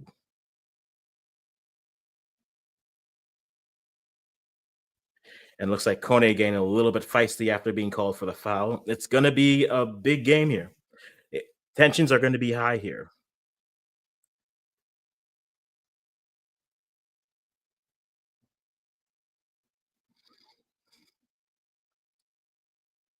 All right. Again, another these deflections are causing Canada just chaos. Tejan and physically dealt with by Mark McKenzie.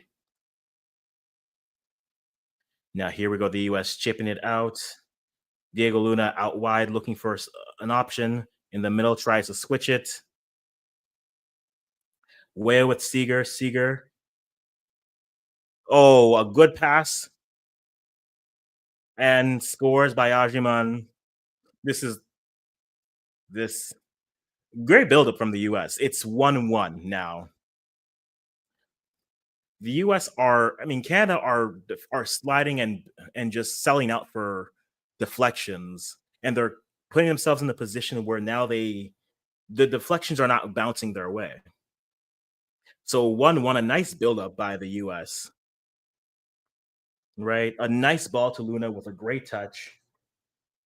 Great touch. Ajiman puts it away. It's 1-1. Timothy Owe with a great pass, but great touch by Luna. Sends it out, and then now your defense is scrambling. It's 1-1. This game may have goals still. And it goes through Dane St. Clair. It goes right through him. You'd want better from your keeper there. But I mean, great touch by Diego Luna. I mean, on that pass, that's a great first touch. So it's 1-1. It's going to be a game. It is going to be a game.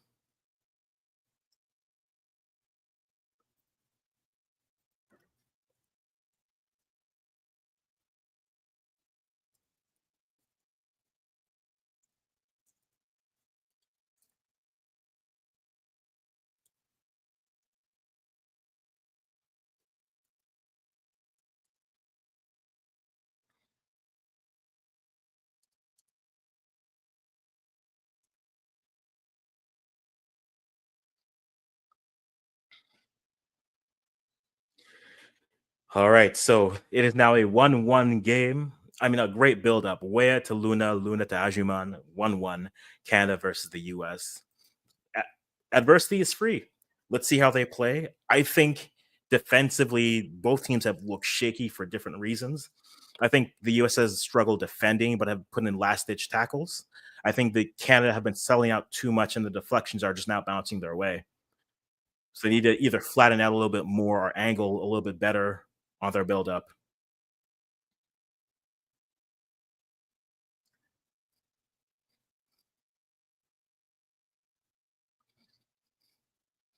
All right, so a free kick for Canada. Alistair Johnson taking it.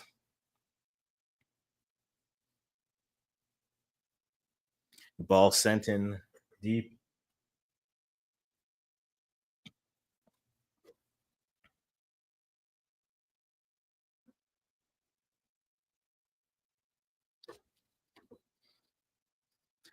All right, so here we are, still with the build-up.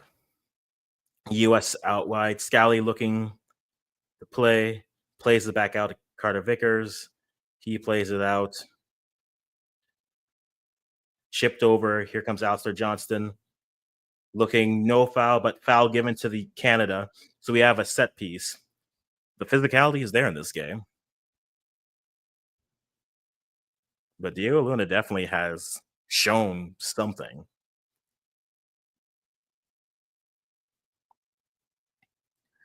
So now we have a set piece, and this was a major issue for Canada against Mexico. They didn't get much on them. Now they've got a good off of a throw. They got one good opportunity off of a throw, but we'll see what they're able to create here. It's 1-1 goals by the two substitutions at striker for both sides. And we'll see what they're able to do. Set piece coming up here.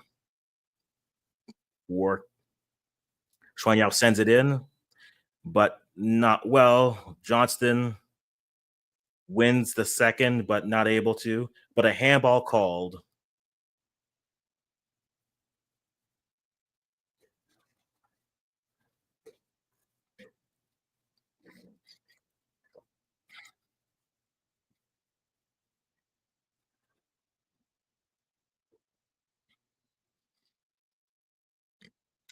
So now we have another set piece for Canada. Let's see if they have a little bit better delivery. This has been the thing that haunted them against Mexico, amongst other things.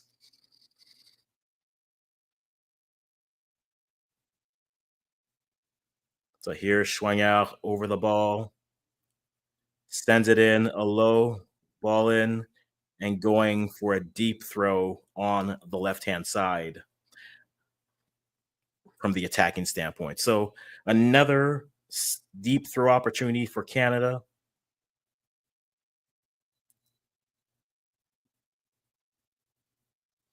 So here we go, another deep throw opportunity for Canada. Can they create something with this? Again, in the 40th minute, still 1-1.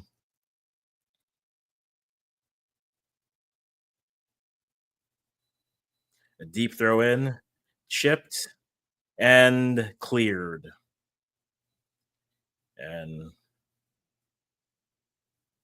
And sent out for the throw. And now sent back in. It looks like the US wants to pick up the pace with how they're playing.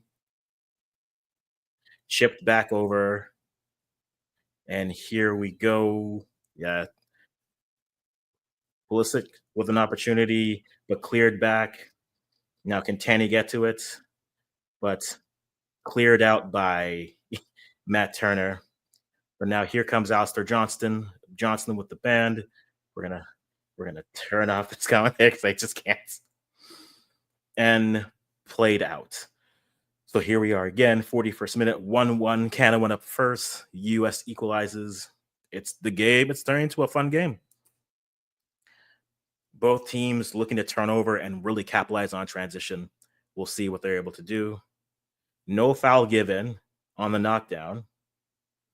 Patrick Agerman has been very physical throughout this game, so I think this ref is going to let it slide as long as it's not too violent. We'll see if she stays consistent with it. Here we go. Bombito building out on the right-hand side, looking for Seeger, but no one there. Now here is Cornelius looking for options. Ahmed cutting inside, pushed off the ball, and a foul given.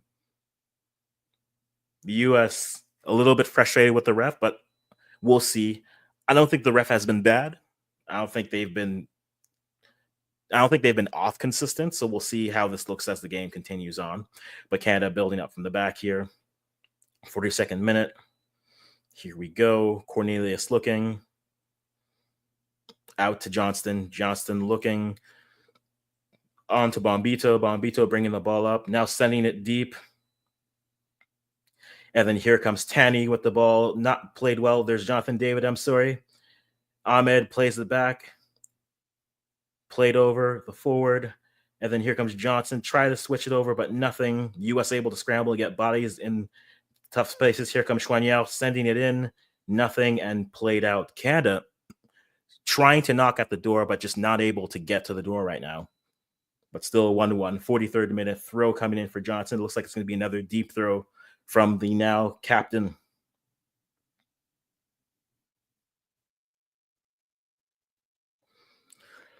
Again, another set piece opportunity here. Sent in deep. Chipped over. Headed over and dealt with by Turner. Another good save. And here comes the U.S. on the transition. And here is a foul. Looks like it's going to be a yellow. Bombito gets a yellow, so he will miss his next competitive CONCACAF game. So if he goes to the Gold Cup, he will be out for that game. But a very professional foul. We'll see what they're able to build. But now Canada able to set up defensively. And realistically, I don't think he needed to, because he had already lost his footing. But he would have got him on a trip and then the jersey. So tactical yellow. He will miss his next CONCACAF game. But it's still 1-1. We'll see how this goes.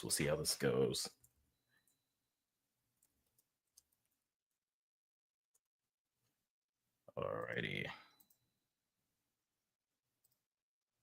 So here we go. Building, moving. And another free kick for the U.S.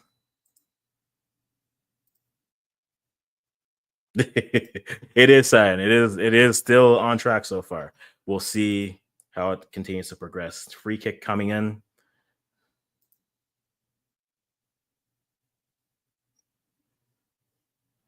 All right. So movement around, cleared, but still in a dangerous spot for Canada. But now throw for Canada into the 45th minute coming here. Still 1-1. Canada have looked good.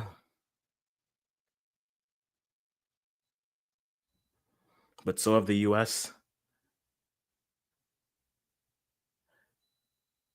And the ball played into the middle. Back out to Bombito, but misplays and has to go back for it. Now, here we go. Canada trying to build from the back.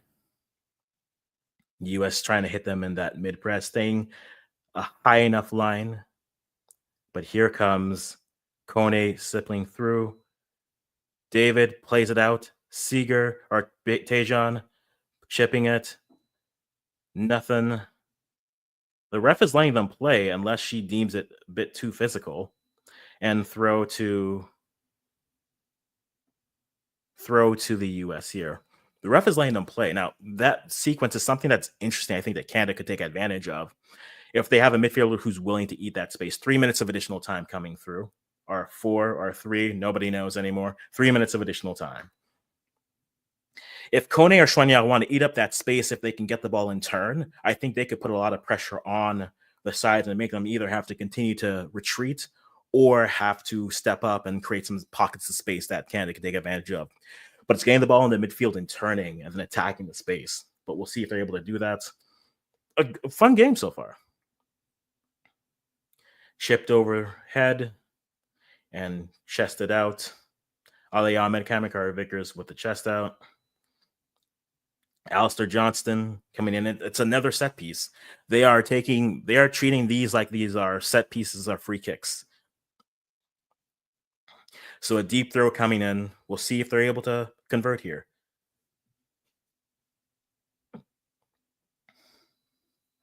Alistair with the deep throw. Shipped over, headed over, but not quite free. Still Canada with the ball. Turned over, ricochet again, and here's the US on the transition. Diego Luna trying to send, a beautiful ball to Timothy Weah, but he can't control it on the first stop. Jonathan David coming back to defend, and Diego Luna has looked very good here. His vision on the pitch has been good, I have to say. They've needed a good 10, and he has been a good 10 for them here so far. So here we go. Joe Scally with the ball, sending it forward, chipped forward and out, throwing for the Americans. All right. Scally throw in. Cornelius sending the ball forward, chip to the middle, headed forward. Ali Ahmed, but no one to win the second ball from Canada. And we're calling a handball.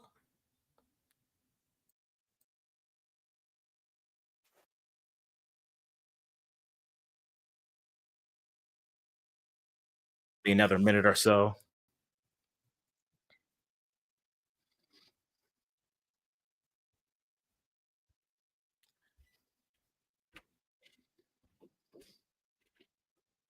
All right, so here we go. Sent off. McKenny with good touch, but sent out by Johnston. And a deep throw for the Americans. Let's see how they want to treat this with probably the last action of the half. Ajiman's physicality is really causing some trouble for the Canadians right now. Looks like they're going to try to treat this as a deep throw. And he took too long.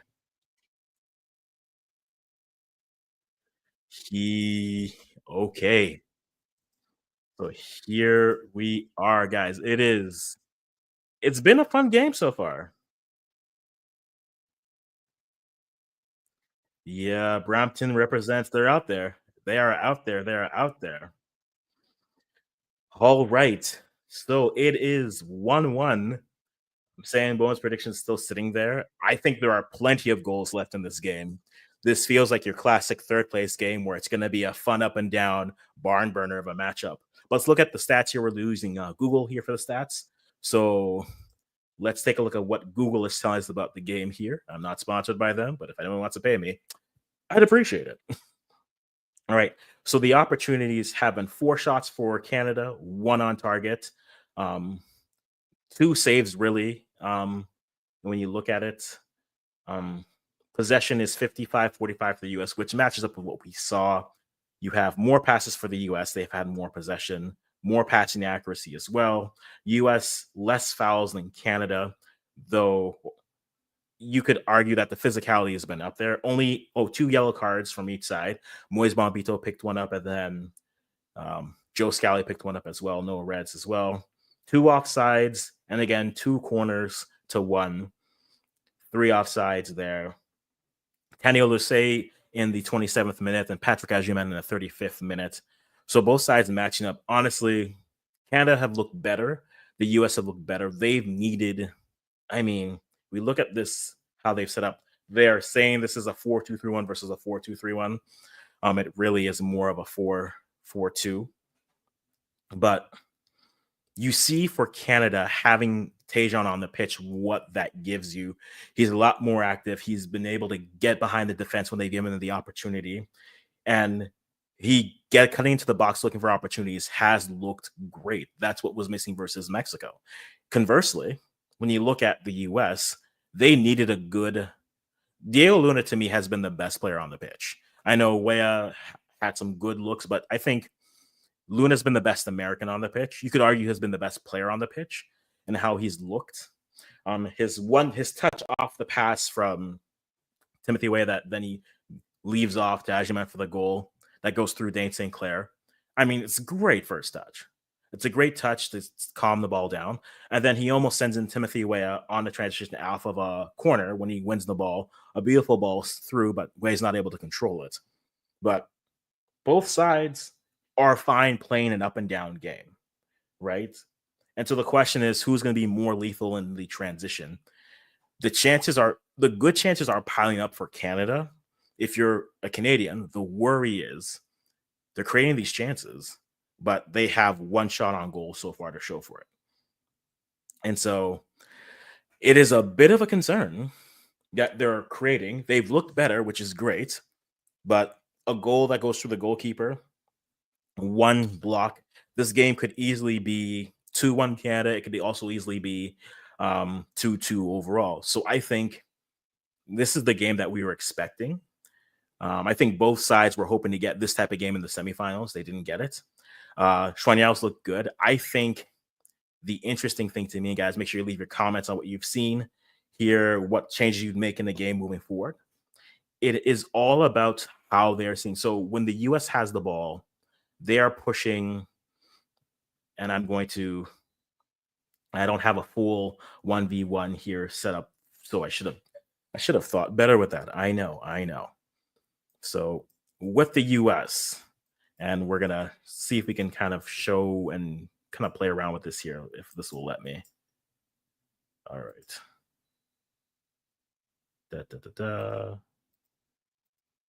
All right.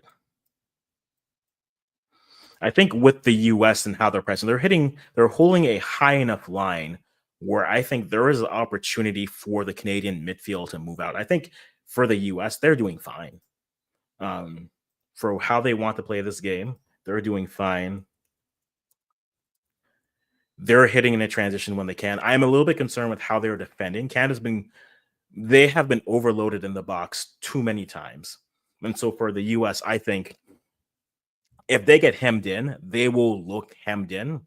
And their only release is if they can get a quick transition, which is what they are good at. Both of these teams are great in the transition moments. And maybe in the half court or the half field, they can look a little bit better. But both these teams are built to run. They want to run up and down the pitch. That's how they want to play. But if we're looking at how it is here, let me see if I'll just use my mouse here. But specifically Kone, I know I can't move him, but if you guys can see my mouse here, this space here, if they can get the ball to him here near the halfway point and he turns, there's usually a lot of space with how the US is defending. And if he can turn with control and push, they're leaving a lot of their back line with pace against both Tanny, both Jonathan David, and even Tajon coming through.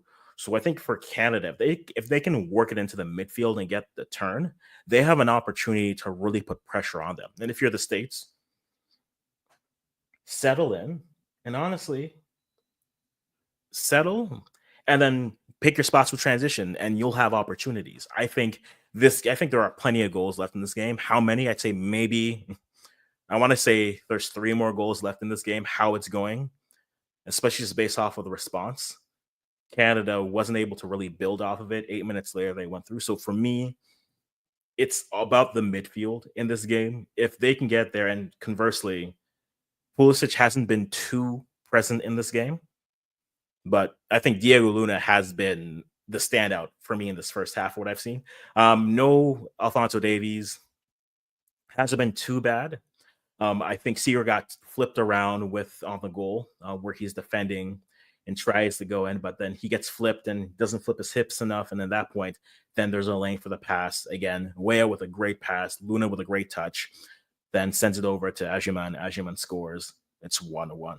So a good game. I think this is a good game of everything that we've seen so far for the timeline here. Again, giving you Seager. Davies left in the 12th minute.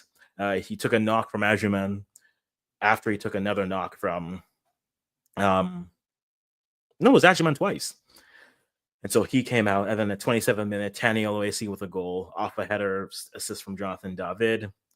And then Diego Luna off of a great feed from Timothy Weah sends it to Patrick Ajuman. It's 1-1. Both teams with 1 yellows, both teams with 1 goal. And I think there's 3 more goals in the second half. So I am very much curious to see what you guys are thinking about this game, how you see it. To me, I think if you're Canada, getting the ball to the middle opens them up a little bit, especially when they're winning back. Defensively, the one thing that has bothered me is they are selling out for these blocks and these tackles, and the deflections are not bouncing their way. So they had a few moments early where it's a bounce here, it's a bounce there, and then it's a 2v1 all of a sudden that's building up. Dan has looked a little bit hesitant coming off of his line, which is a bit of a concern. This is where maybe, though he's not played well, this is where something where when he's playing well, Max Crepeau does well. Matt Turner's looked all right. He's been there, but I mean, defense hasn't looked great. It's been a little bit shaky. I think as this game goes, I think there's 3 more goals left in this game, and we'll kind of see where it looks like.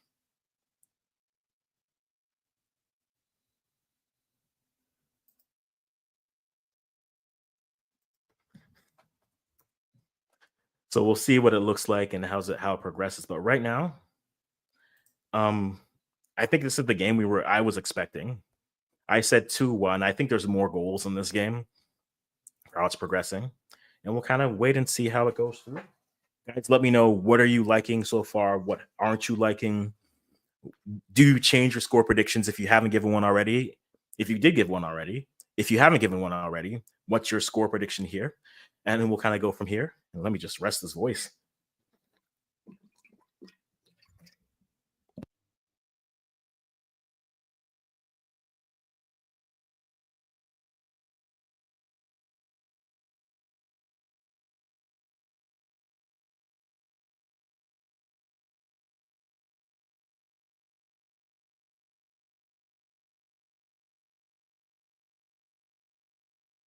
If that came through, that would have been weird. But anyways, so second half changes. What changes would I look to make? If I'm Canada, I am curious with this. I think a hold up could do well. I don't know. I think if you're going to have Tanny on the pitch, maybe try another 9. This is where I wouldn't be mad to see a Promise David here. I think he could offer something here, especially from a hold up, and still is big enough that he'll cause the back line some problems. Promise is 6'4". And so I think a big body like that, especially with all these deep throws into the box, I think he's a player who can come in, similar to how you look at like a Theo Bear if he was in this camp. So for me, I think, yeah, you got to get Promise into this game, even if it's over a David and you drop Tanny a little bit further in, have him play more into that 10 space role, or you play with 2 strikers and you give that space to Kone and see what they can create moving forward. But those would be the changes I would look to make. Seager hasn't looked bad, but for emergency duty, I mean, he gets flipped on the goal, and that's about the only bad thing you can say about it. But he's looked good so far, and we'll kind of wait and see how it goes. But 1-1. And we'll go from the multitasking. It's so difficult, but it is c'est la vie. C'est la vie.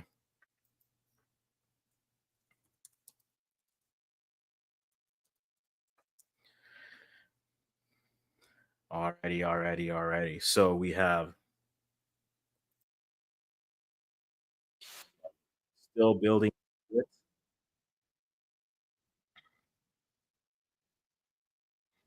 Perfect. Still in the halftime spots. But what changes would you make? What changes in your predictions would you make? How'd you go? Fabio, it's been a minute. Bless up to yourself. Hope you and the family are doing well. Hope they are doing well. And we are getting coverage back now for the second half. We'll see if there's any changes coming through. But right now, as you're starting to see the crowd start to fill up, we still have the Canadian supporters who are out there. You're starting to see some more Mexican supporters come through. Again, when you create the double ticket here, whichever the bigger draw is, can get the bigger draw. So we'll see what it looks like coming through. But we're starting to get coverage.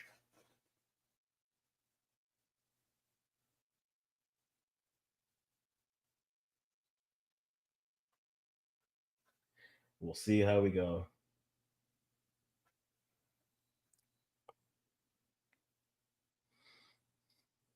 That's a save. But yeah, the go back, that the goal that they give, I think that's a goal Dane has to save. Right. And even if he steps a bit, that's a goal that goes right through him, and you can't have that happen. And so, not the best window for Dan, which begs the question.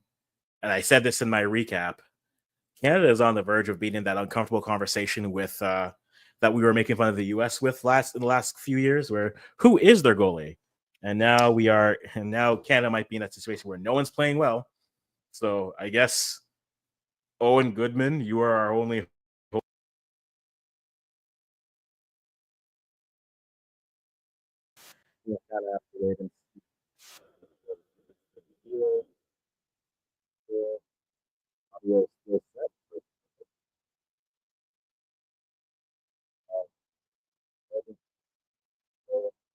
And we're here. So we are in halftime. We have both teams on the pitch, not seeing any changes.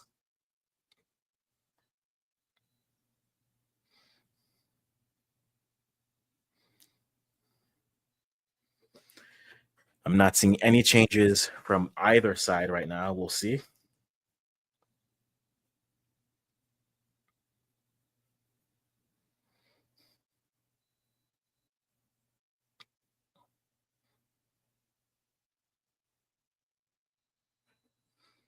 Now we're getting live action of Matt Turner running across the pitch.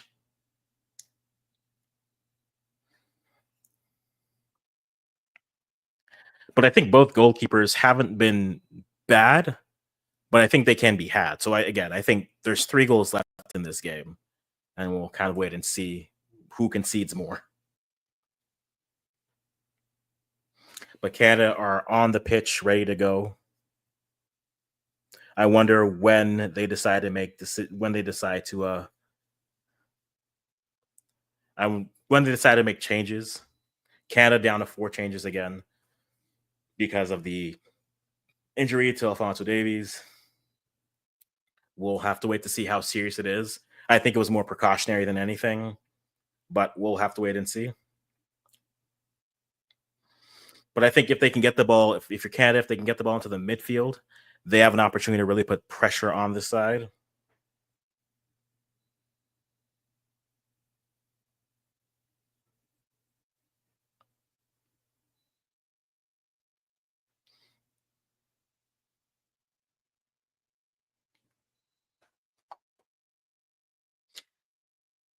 And the U.S. now on the pitch. So Canada were there, whether this was gamesmanship, whether it was not. But Canada there. It looks like the U.S. are going to make a change. Looks like Fossey is getting ready to come on. Number 17. We'll see how that changes the flow of the game.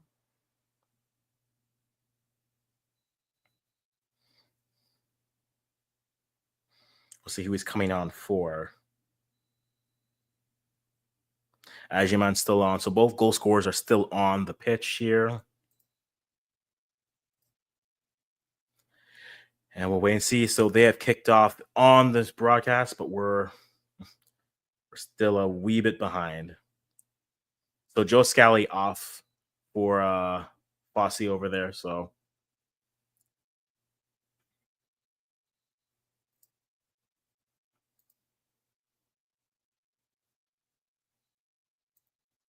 I was gonna call him Brandon, but it's Marlon Fossey.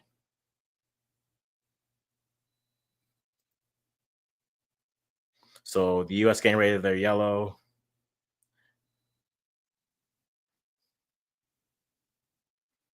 All right, so Marlon Fossey for Joe Scally is the only change. And Canada on the screen going from left to right.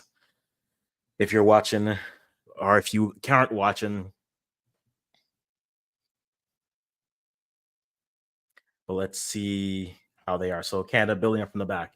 You have Bombito passing out to Tejan, who sends it. It bounces, chips forward, but out.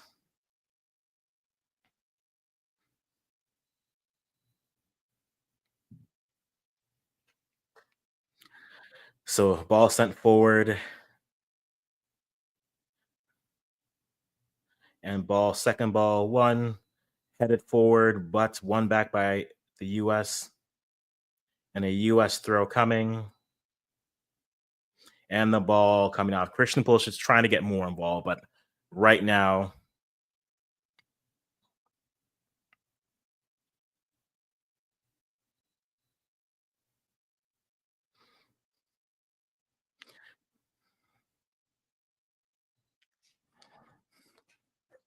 looks like Mark McKenzie is a little bit shaken up here.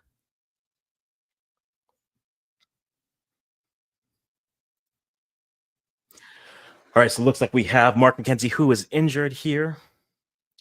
So only one sub by each team so far. Davies in the 12th minute, Marlon Fossey coming in at halftime, still 1-1. Goals by Taniel Lachey and then Patrick Ajiman. And we will see how they're able to build out from here. So throw in for Canada, Seager on the ball.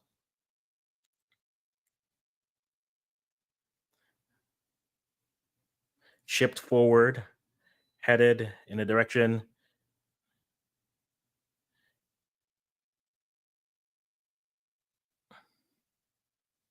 Still a feisty affair.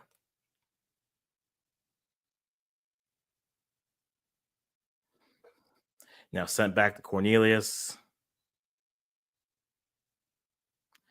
Back to here's Jonathan David on the build-up. Slamming the brakes. Here comes Kone. Sending it out. Buchanan on the right-hand side. Looking. Seager back out. Bombito with the ball. Sends it up. First challenge. And it's a goal kick. Fossey doesn't get a head on it.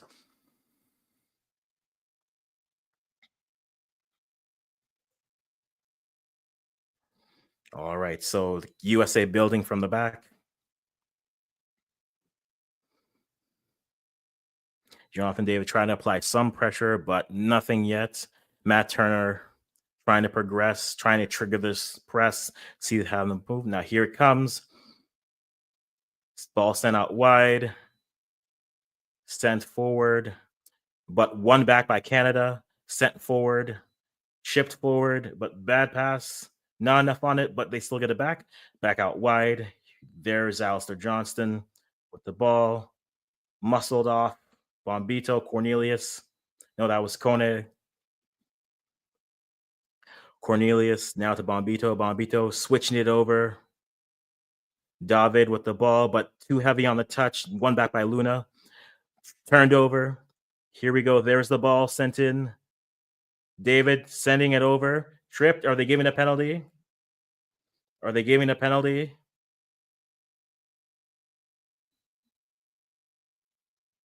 And looks like Canada clamoring for a penalty here. So we'll wait and we'll see what the replay looks like. So there's David. But it looks like they're fighting. And it's tough to tell from that angle. But David coming through. But We'll see if it goes to VAR. It'll be interesting. And for if you're Canadian, it's another penalty shot that's not looked at. So, but we'll see if they look at it. Looks like they're looking at it here. So a pause and play.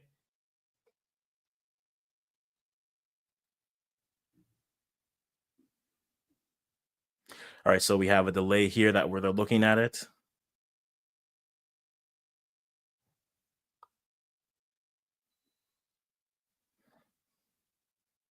And no penalty given.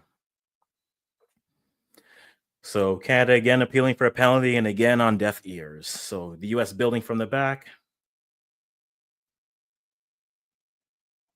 Pulisic unable to control, ball going out.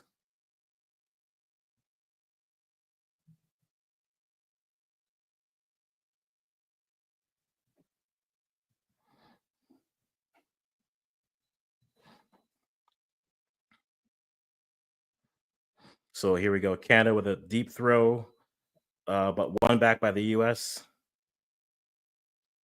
Played over by Tejan, but back to Matt Turner. Turner with a bad touch, but plays it out to Mark McKenzie. McKenzie tries to play it and plays in.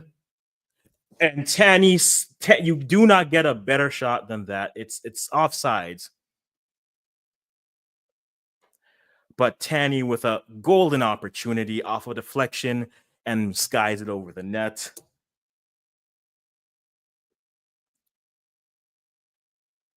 And just skies it over the net. Even if it's offsides, you have to put that on frame at least. And that was my thing. Yes, he scored today, but that is the frustration with Tanny. He'll score you one, but then he'll do that. But he hasn't scored you. So here we go. Matt Turner trying to build out wide. Max playing it, play back to the middle. Kone with the ball, turning, looking, pushing. But now Derek Cornelius playing it out. Playing out wide. There it is. Chipped over Kone, looking to build.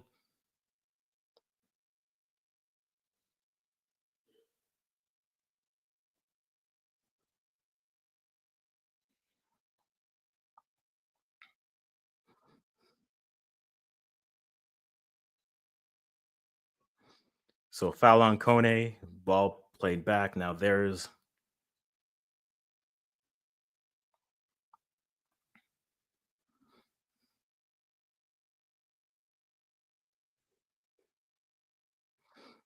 all right. So played in the middle, but turned over. Second ball one. Again, Cornelius with a pass and unable to put it. They're not winning second balls. Now here goes. Here comes Tanny. Here comes David. Taken down. Is that a penalty? They're not giving a penalty again. That's David taken down twice. You have and again, no penalty. This is there are goals in this game, but I'm not gonna start yelling at the refs yet. But I am Jesse Marsh is not happy. Marsh is not happy.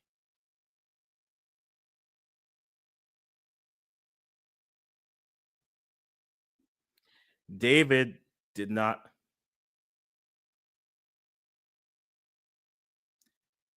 And now Jesse Marsh has been thrown out for arguing with the ref.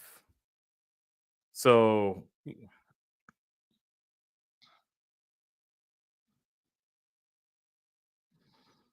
you have David coming in.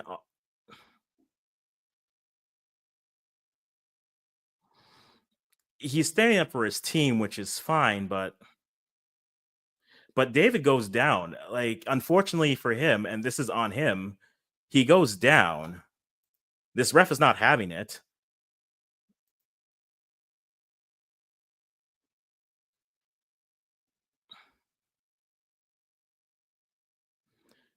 And just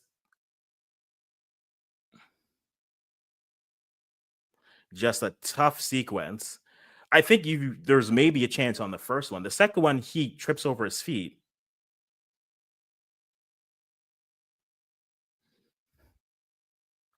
Canada now without their coach and now without their captain.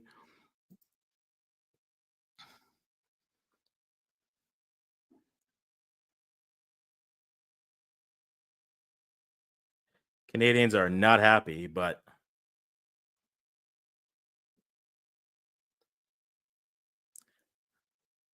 no, the ref's not going to give you anything.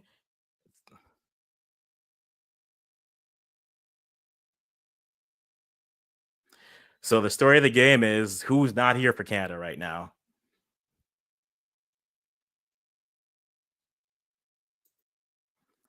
So at this point, how many Canadians will be left is my question, but we'll see. So U.S. trying to build back as we finally get back coverage here.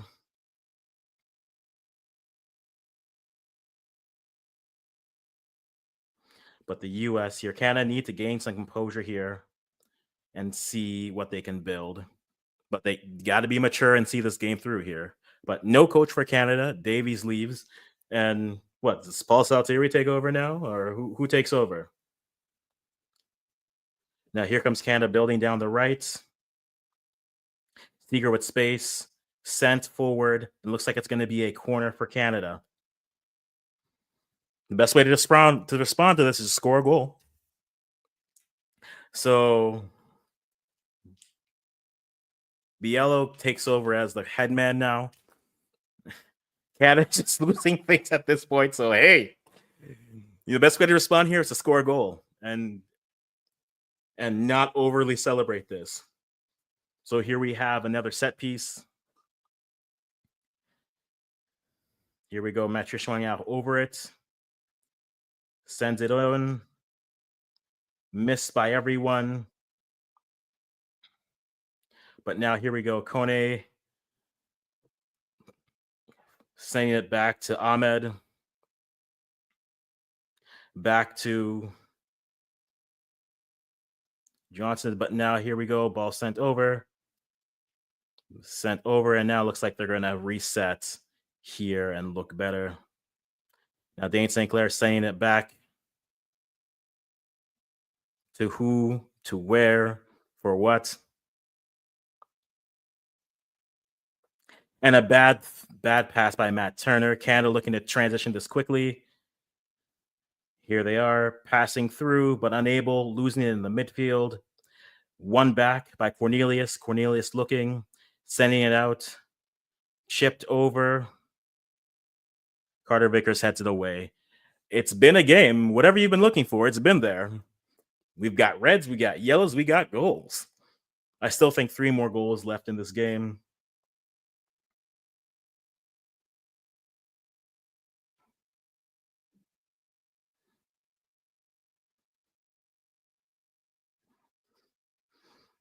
I don't care about my coach not being at the game right now. I need the game. All right, so here we go. A long throw by Alistair Johnston. And unable to finish. Again, I think they got to put in David. Promise. So here we go. Kone with the ball near midfield. Settles the game down a bit.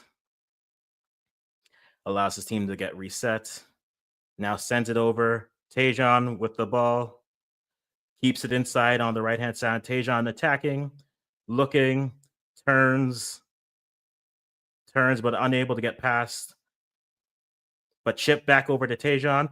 Put over in the box, but still nothing. And David with the goal. And there it is. That's how you respond. Jonathan David looking to hear 2-1 Canada. The strikers are here. That's how you respond when the game's not going. You put a goal in. That's how you respond. 2-1 for Canada. All right. This game will be the end of me. 2-1, Joe David. That's how you respond when the refs aren't on your page. Keep playing through it and go.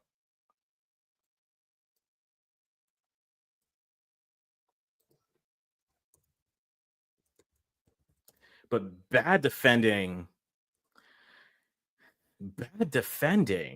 honestly, by the U.S. It's 2-1 Canada. We're here. There are plenty of goals left in this game.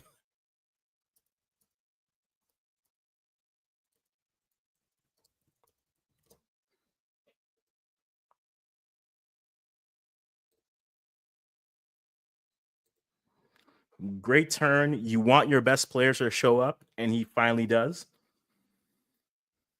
Mauro Biello is pumping his fist like it means something, but we got 30 minutes left. The way that they're defending, guys, I said 3 goals before. I still think there's 3 goals left.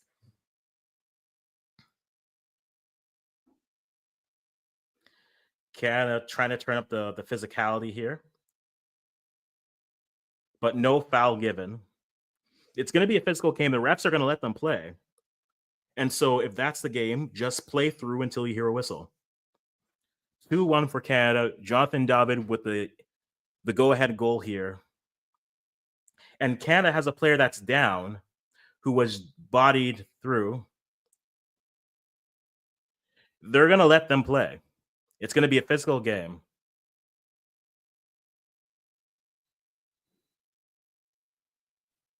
And the ref doesn't give a call, and he's just...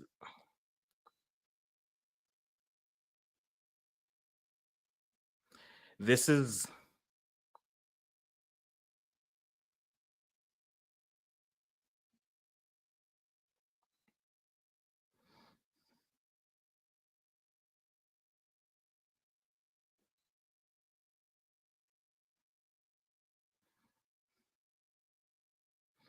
And reset and looking forward. Jonathan David has looked better in the second half. But here we go with Fossey on the right-hand side.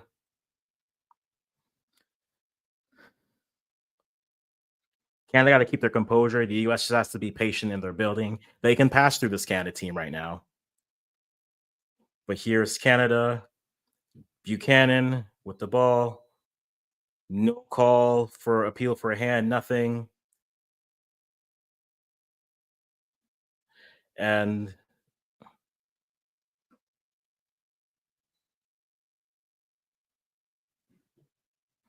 this ref is letting them play a little bit more physically. So if that's the game, you have to just play through it. That's what you have to do.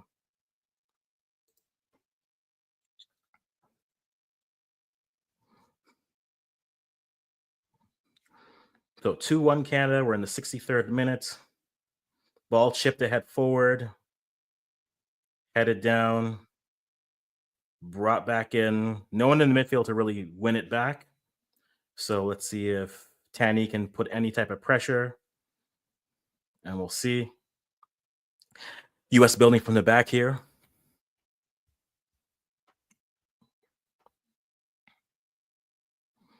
All right, pass back out. You got McKenzie, Carter Vickers to McKenzie, out to Max.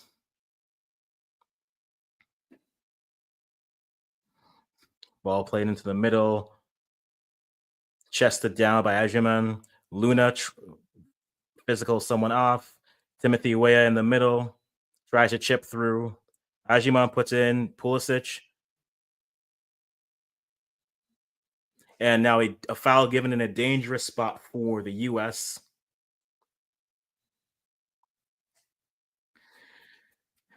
It's the responses here. Now you need your goalkeeper to come up big here. Last time that Dane had to do this, he wasn't able to do so. We'll see what they're going to do.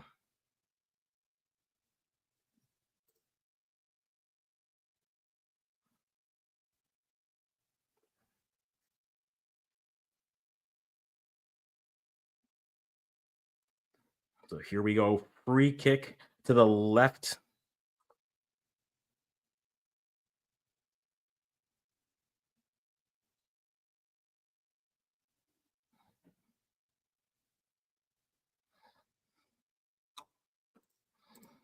Here we go.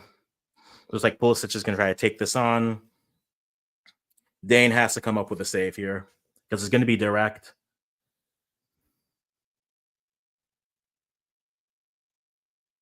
Dare him to go far. Don't be central. Dare him to go far corner. This is the goalie me talking.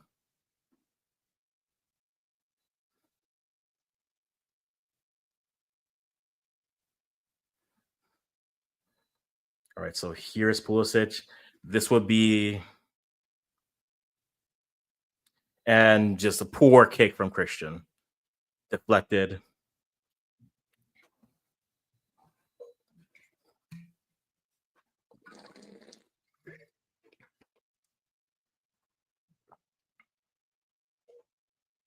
No deflection, so free kick for Canada, just a poor free kick. And now two switches coming in, and they're bringing in Laren. They're bringing in Laren and Schaffelberg. Just no Laren. I'm not trying to be this impartial. So Schaffelberg on for Tejan.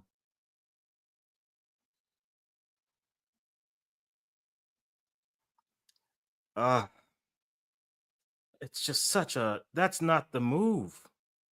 But hey, what do I know? I'm here. Laren for Tanny and Schaffelberg for Tejan.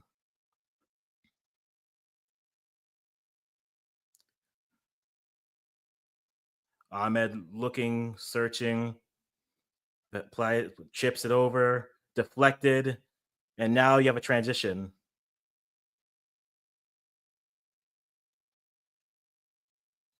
And now a yellow coming.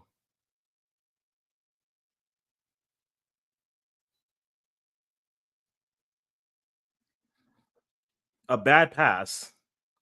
Kone and gets in transition.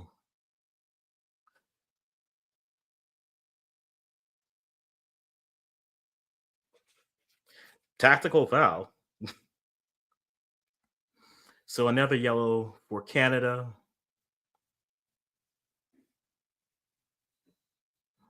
And it's another free kick opportunity. And now they're making the changes. Looks like the U.S. is trying to bring in Tanner Tessman, Gio Reyna, and Yunus Musa.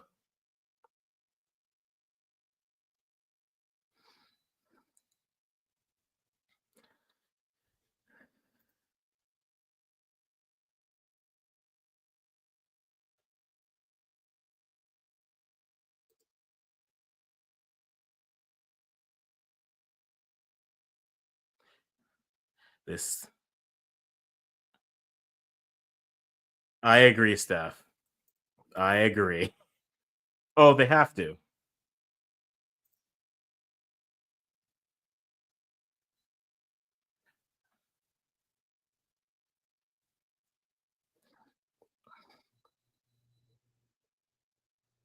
And now Canada on the transition sending and just sends it too far for Jonathan David.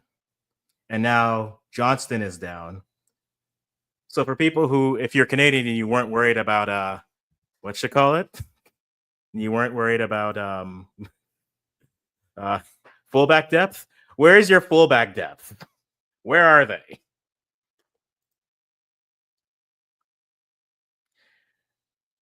It looks like Canada is now down, might be down now 2 fullbacks, which means it's Zoran Basong season.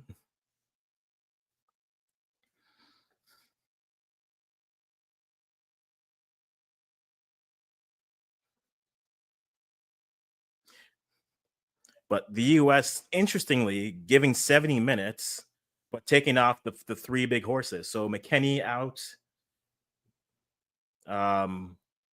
They're sweeping their midfield. McKennie out, Adams out, and Pulisic out. So a fresher middle, and we'll see what it looks like.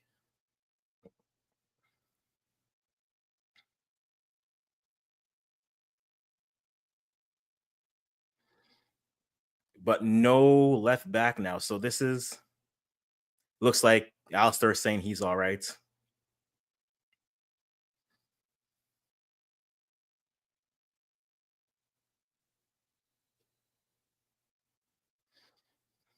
But this game is a game.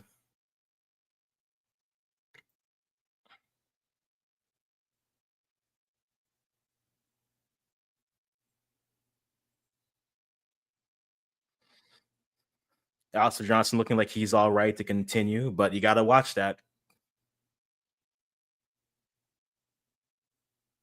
That means Marshall misses next game, so we're gonna have Mauro Biello ball. So a deep ball in.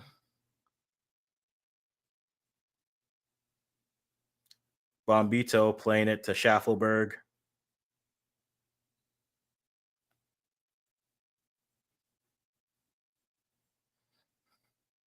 All right, back to Cornelius. So we're back playing with a little bit more flow. Derek selling it, sending it forward. A good hold up, though. So here we go. Ahmed looking for an option, but Ahmed has the middle if he wants to cut through. All right. A bad pass by David.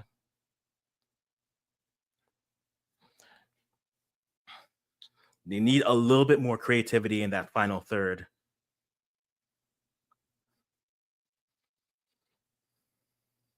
So here we go. A bad pass. No foul given. Oh, foul given now. So we have a free kick for Canada coming just on the edge of the box. Kone now down. Who steps over this? I think you go direct, and Kone would be the player that you want it to be. If he gets up. If not, maybe directly Metro Chouanière. Joe David could be an option here. But a bad pass by Fosse here. Lays it over. Canadians have been just arguing for calls today, and it started with the Mexico match, to be honest. Yeah, there's not much left here. There is not much left here at all. But we're seeing this through, guys. This is gonna be, it's like I said, it's gonna be great.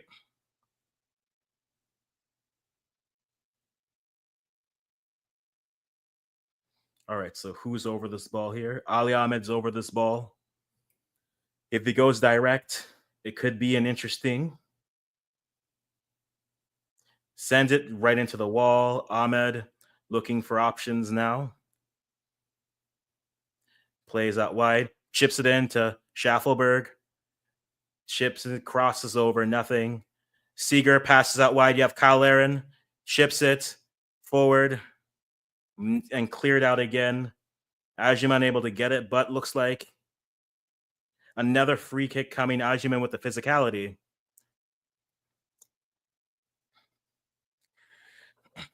Right now, Canada really does need, they need another goal here.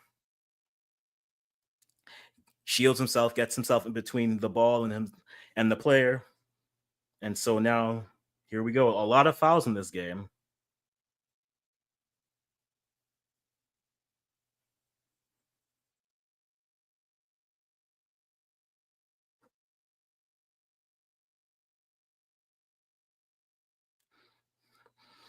So an indirect, but another set piece opportunity for Canada. We'll see what they're able to do with this. I remember you saying it. Do you remember you saying it? So here we go. Ali Ahmed and Metro Chouanière over this. You want something now to a middle spot and unable to finish.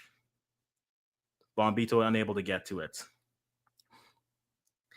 75th minute coming, but great placement. It was a good placement, but they just couldn't finish it. So here comes the US building from the back. They get the ball to the middle and move it back. Joe David, Kyle Aaron.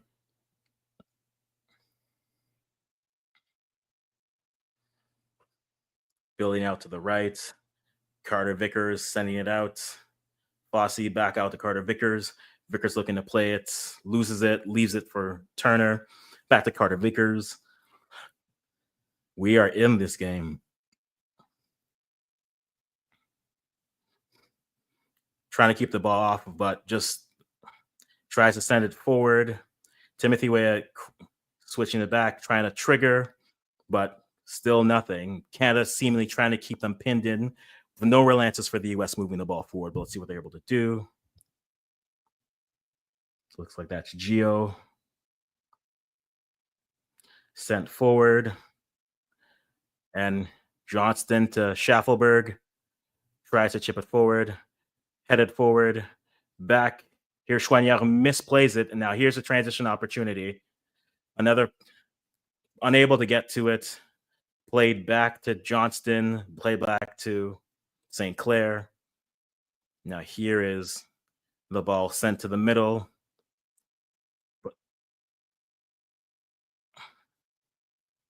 Here we go. Ball played out. Now here's Johnson sending it forward. Or Seagor, my apologies. Too much on it. 76 minutes. This game is going to turn into. Let's see if they can see. If you're Canada, can they see this out?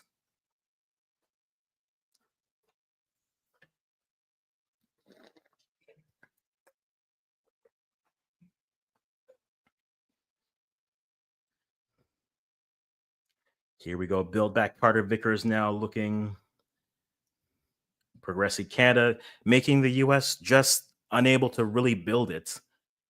Okay, here we go. Triggering the press. Here's Joe David coming. Schaffelberg pressing. Chip forward. Good ball by Fossey.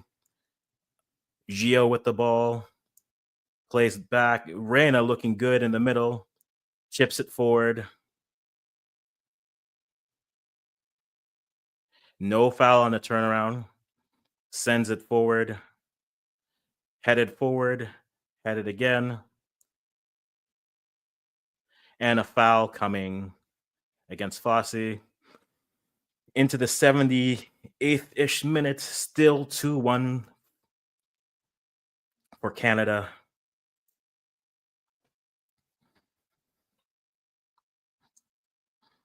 All right.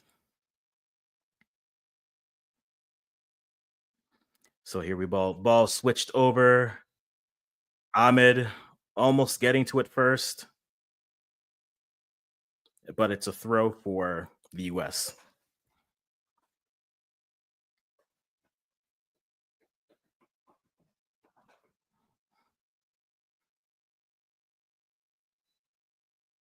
Ball played out, throw for Canada.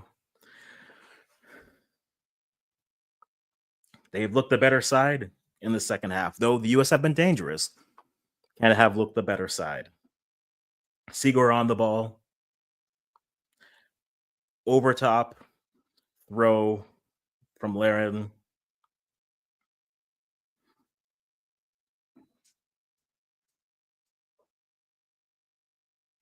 And now Brian White coming into the game for Patrick Agerman. So not as much physicality here, which he's done well. Looks like they're just trying to get everyone their runs onto the pitch.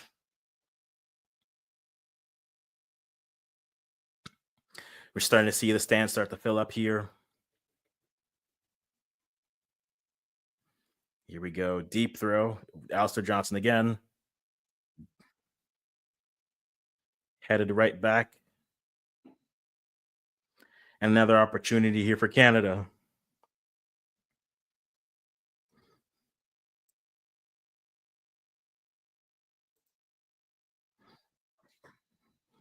All righty, here we go. Another deep throw coming from Alistair Johnston. Headed out again. Now goal kick for them. Jesse Marsh now in the sweets.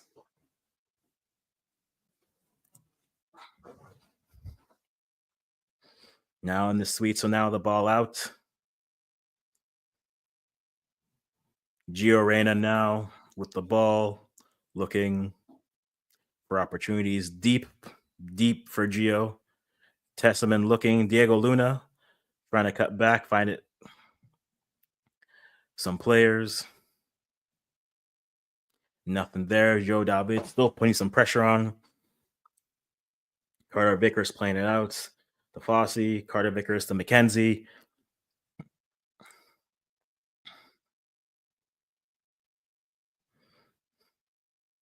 Ball sent over.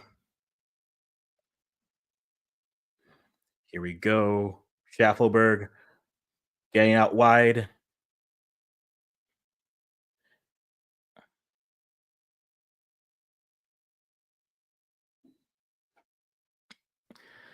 All right, into less than 10 minutes left. Still Canada up 2-1. Joe David with a go-ahead goal so far.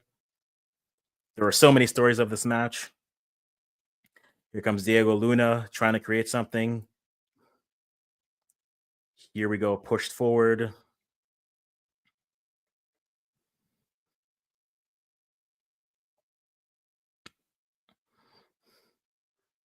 It kind of a little bit messed up with there. Now you got Reyna and Xuan Yao just being the battering ram, taking every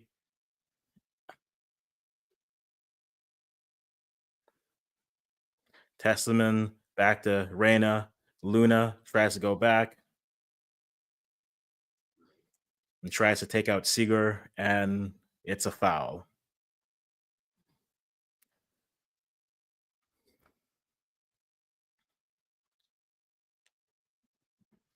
I do agree with the commentator right now. They have just looked better. Yeah, you were right. We'll see if they can see this through.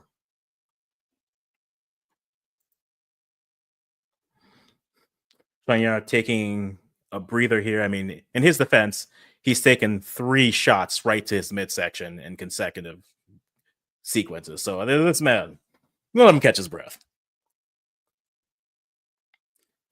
So we got a free kick coming from Dane Sinclair.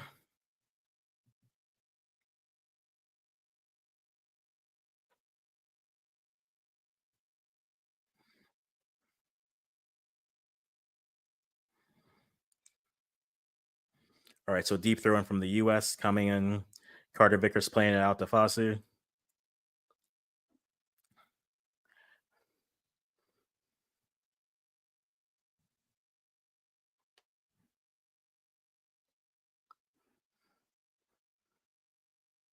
All right, so the U.S. trying to find opportunities. Back to Luna. Luna with good control in the middle. Nothing. Sent. Called out, but then there's no foul. Again, this ref is not given anything. So consistently, they've been good, but not great. We'll get to this later. Less than 10 minutes left. US trying to build, cutting inside. Here we go. Ball out to Timothy Weah. Tessman switching it over. Schaffelberg out to defend. Fossey. Musa looking for something.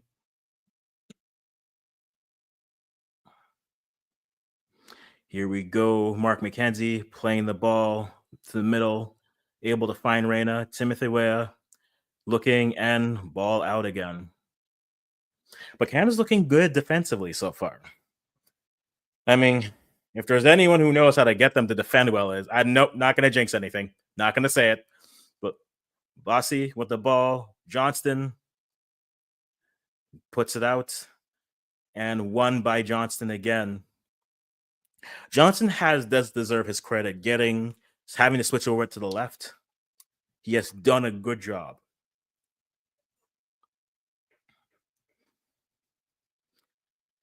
We're getting to the waning minutes of this game. A goal for Canada puts it away. A goal for the U.S. ties it up. Now here we go. No foul given. This ref is not giving anything unless it's egregious. You may not think it's egregious. You may think it's egregious, but this ref is not given much this game. So, okay.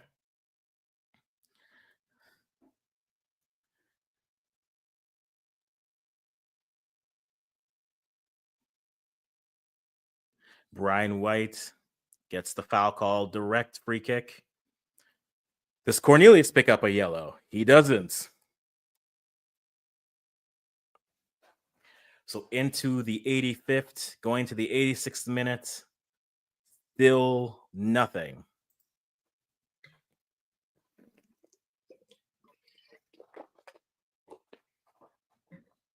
Good maturity from this side. I mean, the ref hasn't given many calls. If anything, the ref has let them play.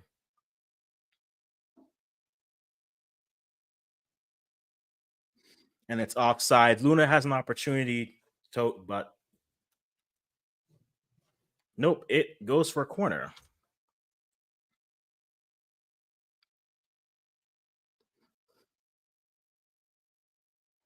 Unable to do so. Corner for the US coming up.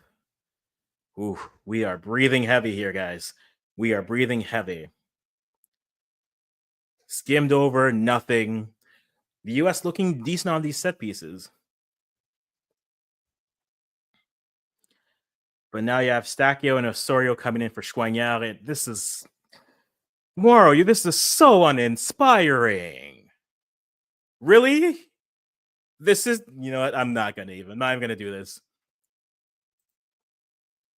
They have now put in Osorio, the defensive mastermind Jonathan Osorio, and Stacchio in the midfield.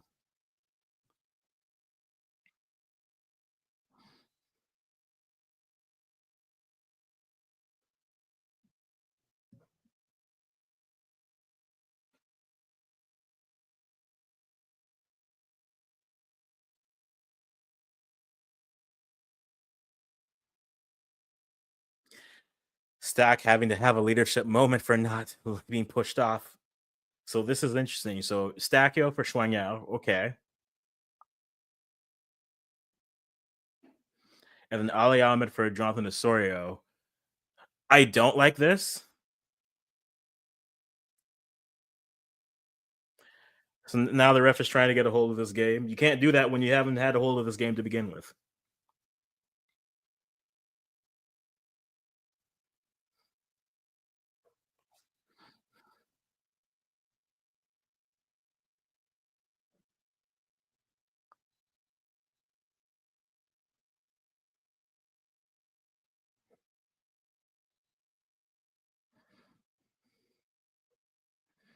Musa wins it.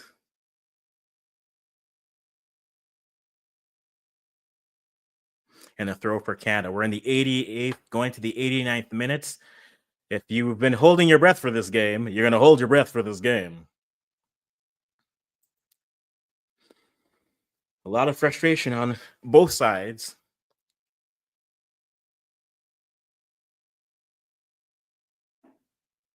Ball sent up in the air, still in the middle. Looks like Timo is going to get it, but headed off by Arston. Jonathan David providing some pressure, but backing off a bit. Schaffelberg giving the wing. Ball played back in by Reyna. Laren with the ball. Plays it forward to Schaffelberg. Schaffelberg giving up too much on the left side and just allowing them to walk in. It's a little bit of a concern. A minute plus stoppage time going. We'll see what we do. And try to send forward. And no one's going to have many kind words on each side from the referees. Marsh with Blue. Our boy Blue. But no, okay. In this game, if you hold on to everything, boys.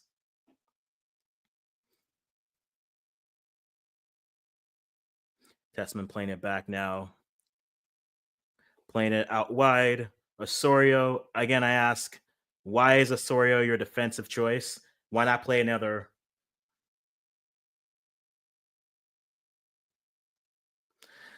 I don't know why they bring in Osorio to be a defensive anchor.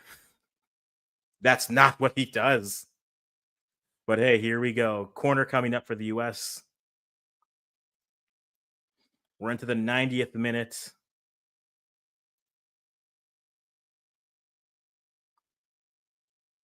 A short corner. Oh, what a miss by the US. It gets to that player and he just whiffs on it. That was a chance for a tie for the US. America, what are we doing here? Here comes Diego Luna trying to chip it forward. Play through Luna with great footwork. Brian White looking, staying it back to Fossey, and US look disjointed right now. But that was an opportunity. They should have put that on frame at least. You can't have a chance and just miss it like that. Who's the player? It hits Brian White, and just misses the ball.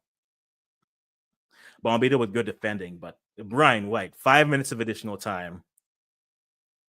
The Dexter, I see you. I didn't put money on it, but I see you.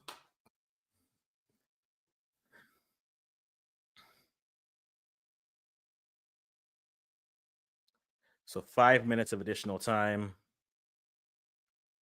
Offsides.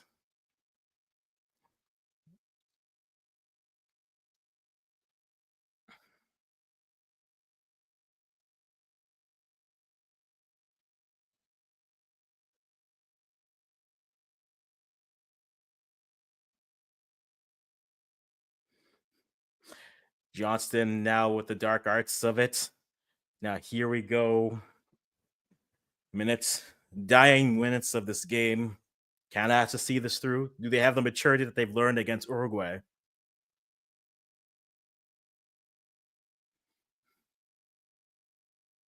And now Alistair Johnson with the throw in the American side.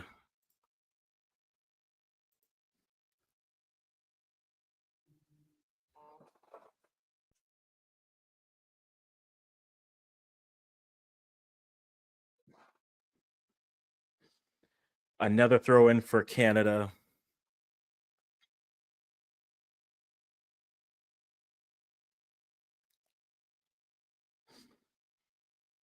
Another deep throw from Canada.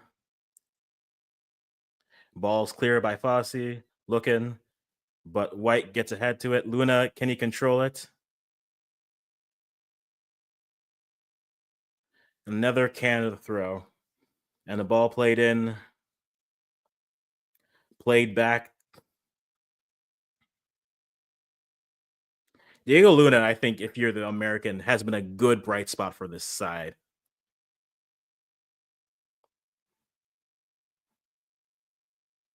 So here we go into the 3rd minute of additional time. Osorio almost forces a turnover, but can't. Reyna plays it out wide. There comes Fossey. Jonathan David tries to stem it with a little bit of pressure. Kyle Laren.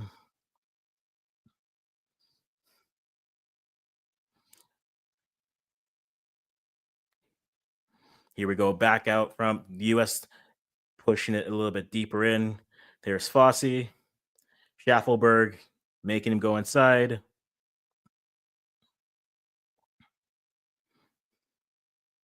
Carter Vickers, back to Carter Vickers from Luna. Carter Vickers back to Mark McKenzie. Not many options. Arston with the ball. Timothy Weah looking good. Tries to bring it in. Chipped forward. Cleared. This feels like a power play kill by Canada. We're going hockey with this. On the Canada been on the kill for 5 minutes, but back in the middle. Timothy Weah back in. Luna cleared back. Arson hooks it wide, and Canada now pushing the game into that 4th and 5th minute of additional time. This ref has had a quick whistle, so I feel like she's going to call it quick, but poor clear by Seeger, not able to get to it. Luna puts it back. Arson tries to curl it. Can't do it. Still 2-1 for Canada.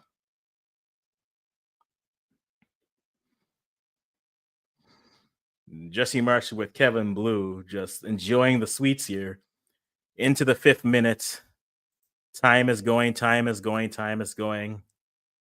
The whistling just tells you how many.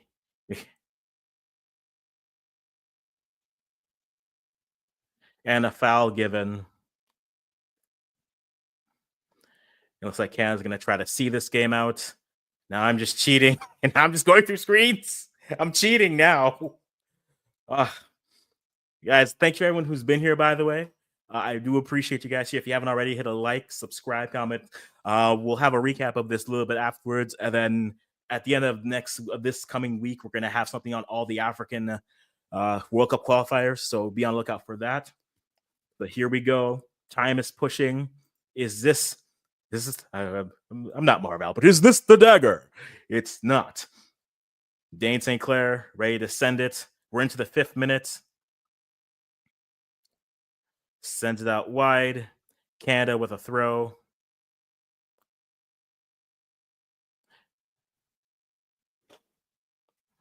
Canada with the throw.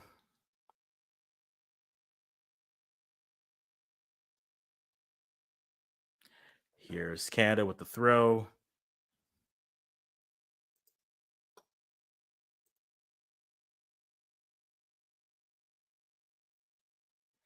Reina. And now Canada going to schmozzle it. It's like Canada has learned from playing Mexico. We're just going to schmozzle it up. Let's get a good schmozzle going. Nice little scrum. It's not a Canada match without a scrum.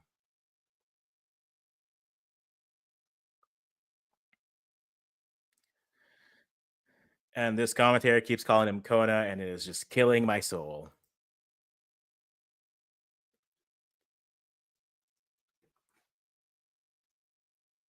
Here we are into the 6 minutes.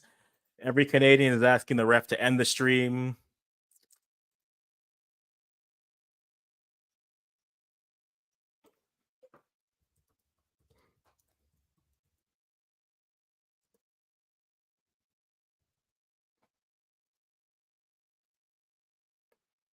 Stacchio looking maybe to play into the corner to waste some time.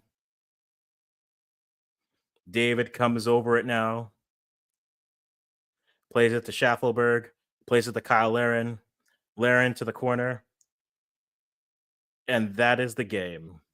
That is the game. Canada gets a win.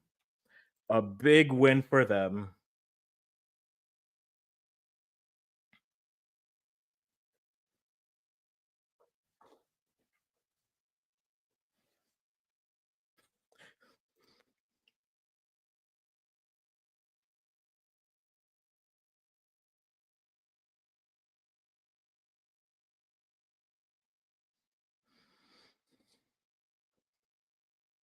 And there it is, ladies and gentlemen. Canada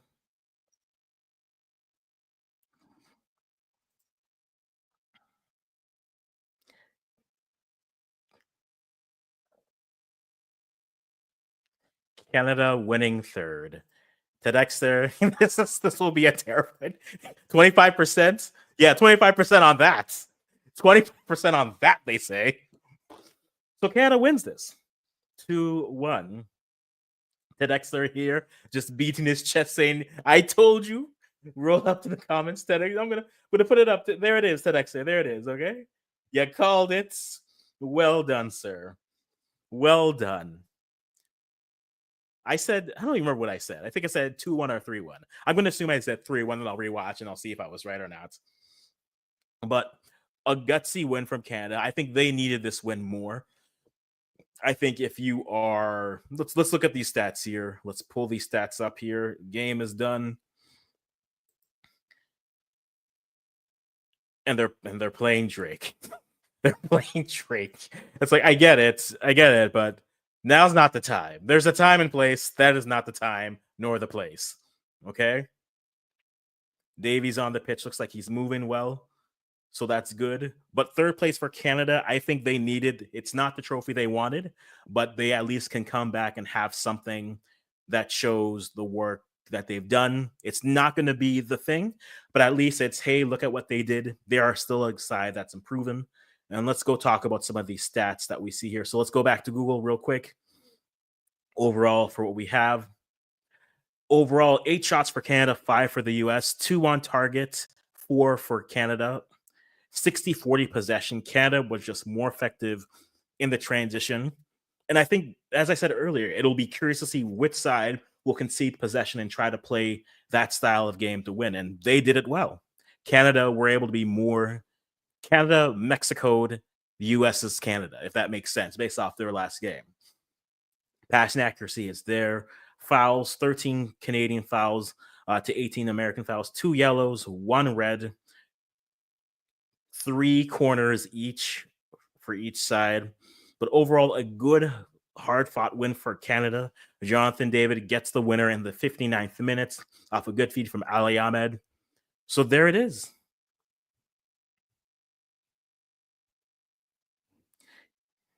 I can't listen to this man talking. I don't know who's talking. So stadium interviews. I'm like, I don't know who you are. You're distracting me. All right. Okay. Need to address the winger at fullback depth. I agree. We were a hot minute away from being in Zorhan Basong season, which I'm not against. Just at the Gold Cup, maybe not here. We'll see what they do at the Gold Cup, but need to address that. Yes, winger in that depth. At this point, you're either waiting for. I think they really have to figure out. They have to figure out what they're doing. Both the depth. You hope that Richie and our boy Sam Adekubi are healthy, but I think maybe if Marshall Rudy starts getting more minutes with Montreal, maybe that's where you look for that. Raheem Edwards is an option, but they don't have options unless it sucks for a player like Kwesi Poku, who's injured, because he to me could be like that all across the left side utility player in the future. But we'll kind of see what that looks like as they move forward. So Canada winning 2-1 here. Still can't call it this the best roster even ever. Is Alistair has to play on the left. Well, their depth was there, so that's the situation. I don't have a problem with you bringing 5 strikers if you play 5 strikers. They played 3 strikers. They played 4 strikers. Promise didn't get anything here. I think this could have been a game for deep balls he could have used with all the long throws they were throwing in. I think he could have easily been used, but hey, maybe you don't want to throw him in that situation. But they capped Ty Daniel Jebison, which is the interesting thing for me. But that's a whole nother conversation. But Canada gets the win. Yep. I am on this fence as well. I think for Canada, for that winger depth, Luka Koleosho, Liam Miller isn't healthy. Schaffelberg has to get into form. Luka Koleosho could be the answer if you get him in to play. Even if you get him in to play a couple friendlies against at the at the Canadian Shield, that might be the call. That might be the good call to make to see what you can create in terms of opportunities. But we'll kind of wait and see where we are. We're still at 1078 likes, only one additional like here, guys. That's all right. Appreciate you guys being here regardless. But if you are watching this on a rewatch and you haven't subscribed, hit that like button. Show us a side. Give us some details on this. For me, Canada gets the win. I think it was important for them. For the U.S., I think it's questions for them. They can hide behind the excuse of their strikers weren't healthy. You're welcome, John Jones. We do what we can when we can do it. You're welcome. I think if you're the U.S., Diego Luna is a nice pleasant surprise, even though there are some who've been calling for Luna for years. But Luna looked good. I think Luna at times was the best player on the pitch. And then for them, it's the 9. Honestly, for them, it's been the same issue. It's the 9. So are they hoping Ballo gets healthy? Are they hoping that Pepe gets healthy? Whatever they're looking for, we'll have to wait and see. But for them, I think there's more questions for them. You go from winning this to finishing in 4th. You can blame things, but you scored 1 goal against Panama and Canada. And that 1 goal you scored went through the goalie. So, America, that drawing board, you might want to get that fixed. It might, but you could argue that they've not looked interested in a while. They only get up for Mexico. And I said at the beginning of it, like the top 4 teams in the region are interesting because they can all kind of beat or get up for certain teams, right? The U.S. will get up for Mexico, and until their last matchup, they had it. You have Mexico, who Panama can play Mexico well, but they can't beat them. The Canada can out-talent Panama. And then Canada, I will say this, they match up well with the U.S. because they both want to play in transition, so they'll let themselves play in transition. And if you're not careful, if you can be patient against the U.S., you can hem them in and beat them. But if you turn the ball over and you have Ismail Kone trying to get a yellow for like 30 yards, you're going to give up those opportunities. And so for them, I think the top four are interesting. St. Clair was hesitant to me, Steph. I'm no longer confident in him. I think he was hesitant when to come off his line, when not to come off his line. He's a big body. That goal that he went through, like the goal he gives up goes through him. And if you want to tag that on top of the first goal against Mexico, that's two goals you could argue he should have had back. The free kick is the free kick. I mean, I'm not going to be mad about it. But do you trust a out of form Max Crepeau?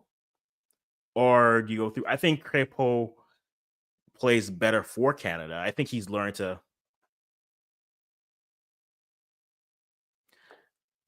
I think how they look at it will be interesting. I think with the thingamabob, the Canadian Shield, I think they should give Crepeau a game and they should give Dane a game and see what they can do.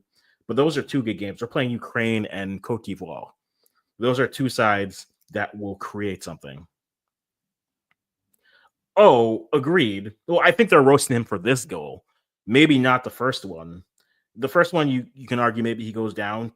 He doesn't take a step on the first one, right? I think that's the question with me. The goal he gives up against Raul Jimenez in the first game, the first goal, he doesn't step up. Now, granted, it's a deflection, and if he takes a step, he can't do too much there, right? We'll see what he's able to do moving forward. And yeah, we would look at it there. So, but this is the game, guys. Thank you for being here. I'm going to wrap this up so I can do a quick recap video here and put that up there so you guys see. So again, Canada wins 2-1. Tanya scores first. Then Patrick Agyemang scores for the U.S. A Ghana man scored for the U.S. So, oh my Atlanta. I'm sorry. Oh my Connecticut. Because from Connecticut. Shout out to my cousins in Connecticut. Uncle and cousins, I see you guys. And we'll see what it is. But we will wrap it up here, guys. Thanks for being here. If you're on the rewatch, let us know what you thought about this game. Where can Canada improve? Where can the U.S. improve? We'll go from there. And as always, guys, I'm going to stop talking right here.